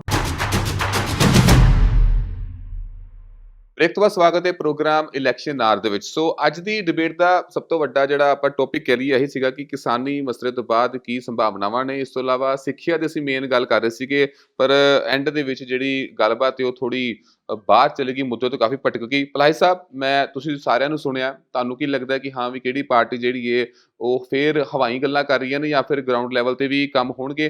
ਤੇ ਮੈਂ ਹੁਣ ਸਾਰਿਆਂ ਨੂੰ 2-2 ਮਿੰਟ ਹੀ ਦੇਵਾਂਗਾ ਕਿਉਂਕਿ ਆਪਾਂ ਸਾਡੇ ਕੋਲ ਸਿਰਫ 10 ਮਿੰਟ ਹੀ ਰਹਿ ਗਏ ਨੇ। ਸਾਰੇ 2-2 ਮਿੰਟ ਆਪਣੇ ਲੈ ਸਕਦੇ ਨੇ ਤੇ ਆਪਣੀ ਜਿਹੜੀ ਗੱਲਬਾਤ ਤੇ ਸਕਾਰਾਤਮਕ ਸੋਚ ਵੱਲ, ਸਕਾਰਾਤਮਕ ਪੁਆਇੰਟ ਦੇ ਨਾਲ ਆਪਣੀ ਗੱਲਬਾਤ ਖਤਮ ਕਰ ਸਕਦੇ ਨੇ। ਸੋ ਸਭ ਤੋਂ ਪਹਿਲਾਂ ਪਲਾਹੀ ਸਾਹਿਬ, ਤੁਸੀਂ ਕੀ ਕਹਿਣਾ ਚਾਹੁੰਦੇ ਹੋ? ਮੋਹਿਤ ਜੀ, ਇੱਕ ਗੱਲ ਬੜੀ ਸਪਸ਼ਟ ਹੈ ਕਿ ਹਾਲੇ ਕਿਸੇ ਵੀ ਪਾਰਟੀ ਨੇ ਸਿੱਖਿਆ ਤੇ ਸਿਹਤ ਦੇ ਮੁੱਦੇ ਨੂੰ ਆਪਣੇ ਮਨੋਂ ਪ੍ਰਵਾਨ ਨਹੀਂ ਕੀਤਾ, ਸਗੋਂ ਕੇਂਦਰ ਸਰਕਾਰ ਵੱਲੋਂ ਵੀ, ਦੂਜੀਆਂ ਸਰਕਾਰਾਂ ਵੱਲੋਂ ਵੀ ਇਸ ਨੂੰ ਵਾਧੂ ਜਿਹਾ ਆਪਣੇ ਗਲੋਂ ਲਾਉਣ ਦਾ ਯਤਨ ਕੀਤਾ। ਉਹਦਾ ਵੱਡਾ ਸਬੂਤ ਸਾਡੇ ਕੋਲ ਇਹ ਹੈ ਕਿ ਸਰਕਾਰੀ ਪੱਧਰ ਤੇ ਨਾ ਤੇ ਉਹ ਬੁਨਿਆਦੀ ਇਨਫਰਾਸਟਰਕਚਰ ਲਾਗੂ ਹੋ ਸਕਿਆ, ਨਾ ਸਰਕਾਰੀ ਸਕੂਲਾਂ ਦੇ ਵਿੱਚ 25 ਤੋਂ 30% ਜਿਹੜੀਆਂ ਪੋਸਟਾਂ ਨੇ ਉਹਨਾਂ ਨੂੰ ਭਰਿਆ ਜਾ ਸਕਿਆ। ਇੱਕ ਗੱਲ ਜਿਹੜੀ ਕੀਤੀ ਜਾ ਰਹੀ ਹੈ ਉਹ ਇਹ ਵੀ ਅਸੀਂ ਬਜਟ ਦਾ ਬਹੁਤ ਘੱਟ ਹਿੱਸਾ ਜਿਹੜਾ ਹੈ ਉਹ ਸਿਹਤ ਤੇ ਸਿੱਖਿਆ ਦੇ ਉੱਤੇ ਲਿਆ। ਆਮ ਆਦਮੀ ਪਾਰਟੀ ਕਲੇਮ ਕਰਦੀ ਹੈ ਕਿ ਅਸੀਂ 15% ਦਿੱਲੀ ਵਿੱਚ ਰੱਖਿਆ, ਪਰ ਅੰਤਰਰਾਸ਼ਟਰੀ ਪੱਧਰ ਤੇ ਵੱਡੀ ਜਿਹੜੀ ਡਿਵੈਲਪ ਕੰਟਰੀ ਨੇ ਉੱਥੇ 25 ਤੋਂ 30% ਸਿਹਤ ਤੇ ਸਿੱਖਿਆ ਦੇ ਉੱਤੇ ਖਰਚ ਕੀਤਾ ਜਾਂਦਾ। ਦੂਸਰੀ ਗੱਲ ਇਹ ਆ ਵੀ ਜਿਹੜੇ ਪ੍ਰਾਈਵੇਟ ਸਕੂਲਾਂ ਦੇ ਵਿੱਚ ਲੋਕ ਬੱਚੇ ਪੜ੍ਹਦੇ ਨੇ ਔਰ ਦੂਜੇ ਪਾਸੇ ਸਰਕਾਰੀ ਸਕੂਲਾਂ ਵਿੱਚ ਪੜ੍ਹਦੇ ਨੇ, ਉਹ ਕੌਣ ਨੇ? ਉਹ ਕੌਣ ਨੇ ਜਿਹੜੇ 5 ਤਾਰਾ ਹੋਟਲਾਂ ਵਾਲੇ ਸਕੂਲਾਂ ਵਿੱਚ ਪੜ੍ਹਦੇ ਨੇ ਤੇ ਕੌਣ ਨੇ ਉਹ ਜਿਹੜੇ ਸਧਾਰਨ ਸਕੂਲਾਂ ਵਿੱਚ ਪੜ੍ਹਦੇ ਨੇ? ਤੁਸੀਂ ਦੇਖਿਆ ਹੋਣਾ ਕਿ ਪੰਜਾਬ ਦੀ ਸਥਿਤੀ ਤਾਂ ਬਿਲਕੁਲ ਇਸ ਕਿਸਮ ਦੀ ਹੈ ਕਿ ਸਧਾਰਨ ਵਰਗ ਦੇ ਲੋਕ ਹੀ ਸਰਕਾਰੀ ਸਕੂਲਾਂ ਵਿੱਚ ਪੜ੍ਹਨ ਲਈ ਜਾਂਦੇ ਨੇ। ਤੇ ਸਿੱਖਿਆ ਦੀ ਜਿਹੜੀ ਨੀਤੀ ਹੈ, ਜਿਹੜਾ 2008 ਦੇ ਵਿੱਚ ਕਾਨੂੰਨ ਪਾਸ ਕੀਤਾ ਗਿਆ, ਉਹਦੇ ਅਨੁਸਾਰ ਬਰਾਬਰ ਦੀ ਸਿੱਖਿਆ ਸਭ ਨੂੰ ਦਿੱਤੀ ਜਾਣੀ ਹੈ। ਪਰ ਕਿਹੜੀ ਸਰਕਾਰ ਹੈ ਜਿਹਨੇ ਇੱਕ ਸਧਾਰਨ ਗਰੀਬ ਆਦਮੀ ਨੂੰ ਔਰ ਇੱਕ ਵੱਡੀ ਠੁੱਠਾਂ ਵਾਲਾ ਜਿਹੜਾ ਪਰਿਵਾਰ ਹੈ ਉਸ ਦੇ ਬੱਚੇ ਨੂੰ ਬਰਾਬਰ ਦੀ ਸਿੱਖਿਆ ਦੇਣ ਦਾ ਪ੍ਰਾਵਧਾਨ ਕੀਤਾ? ਇਲਾਹਾਬਾਦ ਹਾਈ ਕੋਰਟ ਦੇ ਵਿੱਚ ਕੁਝ ਸਮਾਂ ਪਹਿਲਾਂ ਇੱਕ ਰਿਟ ਪਟੀਸ਼ਨ ਜਾਰੀ ਹੋਈ, ਉਹਨੇ ਫੈਸਲਾ ਕੀਤਾ ਔਰ ਉਹ ਯੂਪੀ ਦੀ ਸਰਕਾਰ ਨੂੰ ਇਸ ਗੱਲ ਦਾ ਆਦੇਸ਼ ਦਿੱਤਾ ਕਿ ਸਰਕਾਰੀ ਸਕੂਲਾਂ ਵਿੱਚ ਘੱਟੋ ਘੱਟ ਜਿਹੜੇ ਲੋਕ ਖਜ਼ਾਨੇ ਦੇ ਵਿੱਚੋਂ ਤਨਖਾਹਾਂ ਲੈਂਦੇ ਨੇ, ਚਾਹੇ ਉਹ ਸਰਕਾਰੀ ਕਰਮਚਾਰੀ ਨੇ, ਚਾਹੇ ਸਰਕਾਰੀ ਅਫਸਰ ਨੇ, ਚਾਹੇ ਨੇਤਾ ਨੇ, ਜਿਹੜੇ MLA MP ਨੇ, ਜਿਹੜੇ ਖਜ਼ਾਨੇ ਦੇ ਵਿੱਚੋਂ ਪੈਸੇ ਕਰਾਉਂਦੇ ਨੇ, ਉਹਨਾਂ ਦੇ ਬੱਚਿਆਂ ਨੂੰ ਸਰਕਾਰੀ ਸਕੂਲਾਂ ਵਿੱਚ ਪੜ੍ਹਾਉਣ ਦਾ ਪ੍ਰਬੰਧ ਕੀਤਾ ਜਾਏ, ਲਾਜ਼ਮੀ ਕਰ ਦਿੱਤਾ ਜਾਏ ਉਹਨਾਂ ਨੂੰ ਇਹਨਾਂ ਸਕੂਲਾਂ ਵਿੱਚ ਪੜ੍ਹਾਉਣ ਲਈ।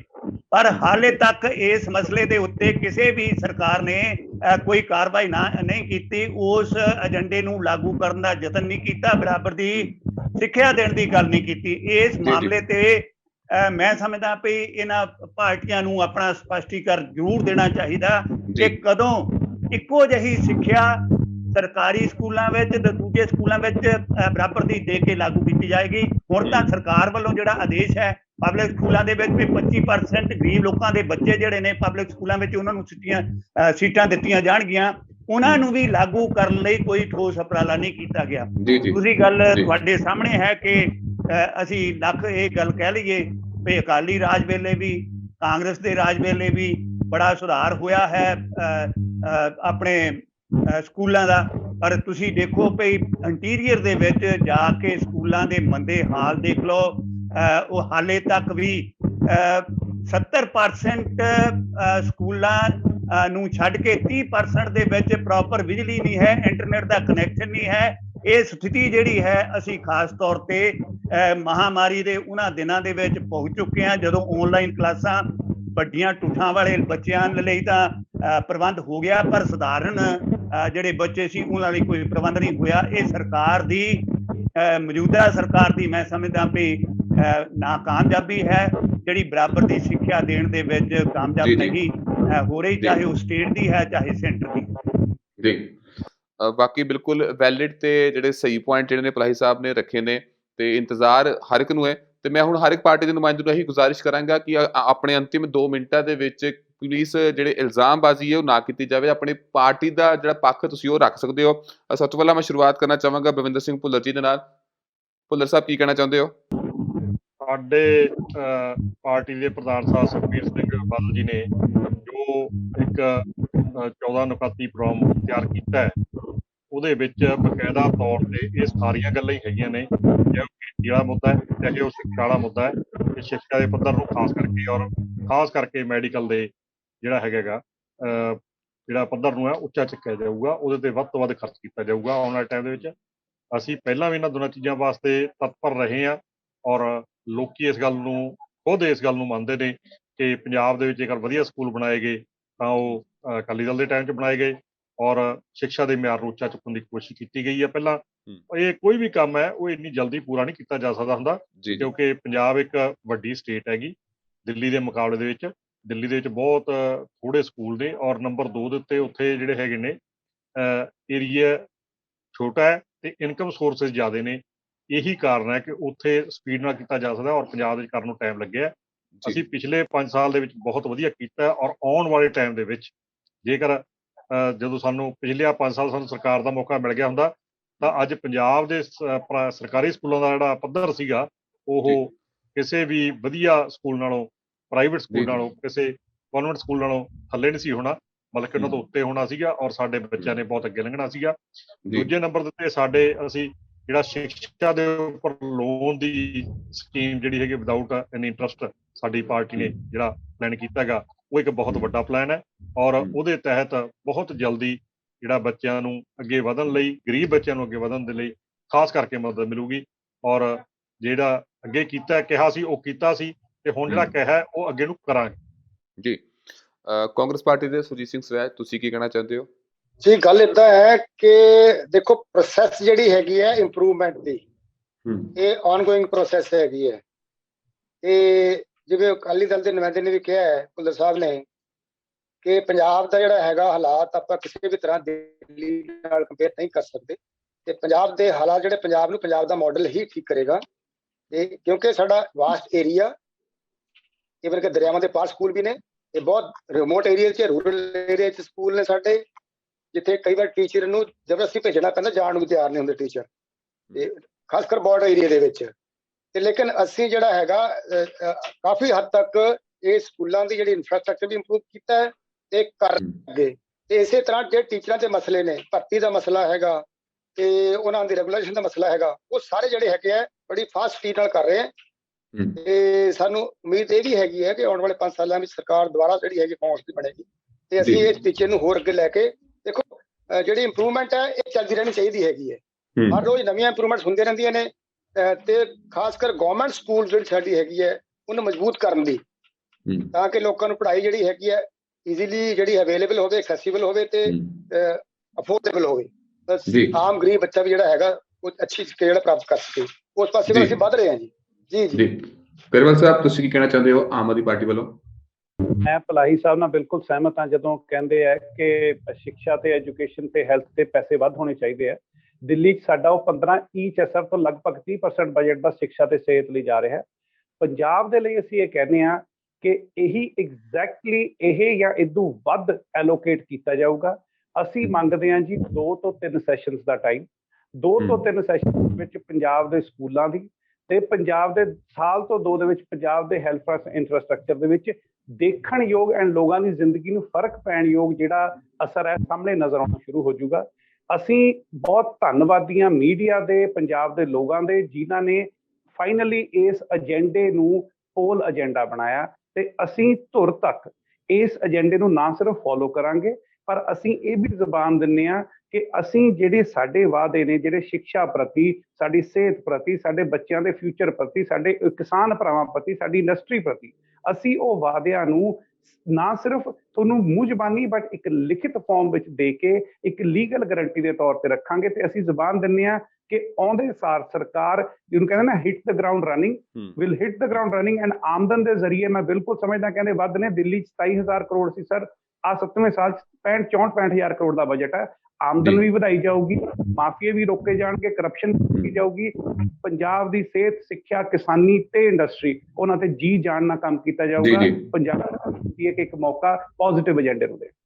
ਜੀ, ਵਾਕਈ ਇੱਕ ਪੂਰੇ ਸਰਕਲ ਦਾ ਹਿੱਸਾ ਹੈ, ਚਾਹੇ ਸਿੱਖਿਆ ਦੀ ਗੱਲ ਕਰੀਏ, ਚਾਹੇ ਸਮਾਜ ਦੀ ਗੱਲ ਕਰੀਏ, ਕਿਸਾਨੀ ਦੀ ਗੱਲ ਕਰੀਏ, ਕਿ ਪੂਰੇ ਸਰਕਲ ਦਾ ਅਸੀਂ ਹਿੱਸਾ ਹੈ। ਸੋ ਹਰ ਇੱਕ ਸਰਕਲ ਦੇ ਹਿੱਸੇ ਦੇ ਉੱਪਰ ਪੂਰੀ ਮਿਹਨਤ ਨਾਲ ਕੰਮ ਕਰਨ ਦੀ ਲੋੜ ਹੈ, ਤਾਂ ਹੀ ਜਿਹੜਾ ਪੰਜਾਬ ਖੁਸ਼ਹਾਲ ਹੈ, ਪਰ ਹੋਰ ਖੁਸ਼ਹਾਲ ਇੱਕ ਪੂਰਾ ਡਿਵੈਲਪਡ ਸਟੇਟ ਜਿਹੜਾ ਹੈ ਉਹ ਬਣ ਸਕਦਾ ਹੈ। ਸੋ ਉਮੀਦ ਇਹੀ ਹੈ ਕਿ ਲੋਕ ਵੀ ਇਸ ਚੀਜ਼ ਦੀ ਉਮੀਦ ਕਰ ਰਹੇ ਨੇ ਤੇ 2022 'ਚ ਸ਼ਾਇਦ ਉਹ ਉਮੀਦ ਦੁਬਾਰਾ ਫਿਰ ਜਗੇਗੀ। ਲੋਕ ਜਿਹੜੇ ਨੇ ਦੁਬਾਰਾ ਜਿਹੜੀਆਂ ਨਿਗਾਹਾਂ ਨਾਲ ਦੇਖਦੇ ਨੇ ਆਪਣੇ ਲੀਡਰਸ ਨੂੰ, ਉਹਨਾਂ ਤੋਂ ਓਨਾ ਹੀ ਪੋਜ਼ਿਟਿਵ ਰਿਸਪੌਂਸ ਜਿਹੜਾ ਹੈ ਜ਼ਰੂਰ ਮਿਲੇਗਾ। ਸੋ ਅੱਜ ਦੀ ਇਸ ਡਿਬੇਟ ਲਈ ਮੈਂ ਸ਼ੁਕਰੀਆ ਅਦਾ ਕਰਦਾ ਸਾਰੇ ਹੀ ਤਮਾਮ ਸੱਜਣਾਂ ਦਾ ਜਿਹੜੇ ਕਿ ਅੱਜ ਪ੍ਰੋਗਰਾਮ ਦੇ ਵਿੱਚ ਸ਼ਾਮਿਲ ਹੋਏ। ਥੈਂਕ ਯੂ ਸੋ ਮਚ ਜੀ ਸਾਰਿਆਂ ਦਾ, ਧੰਨਵਾਦ।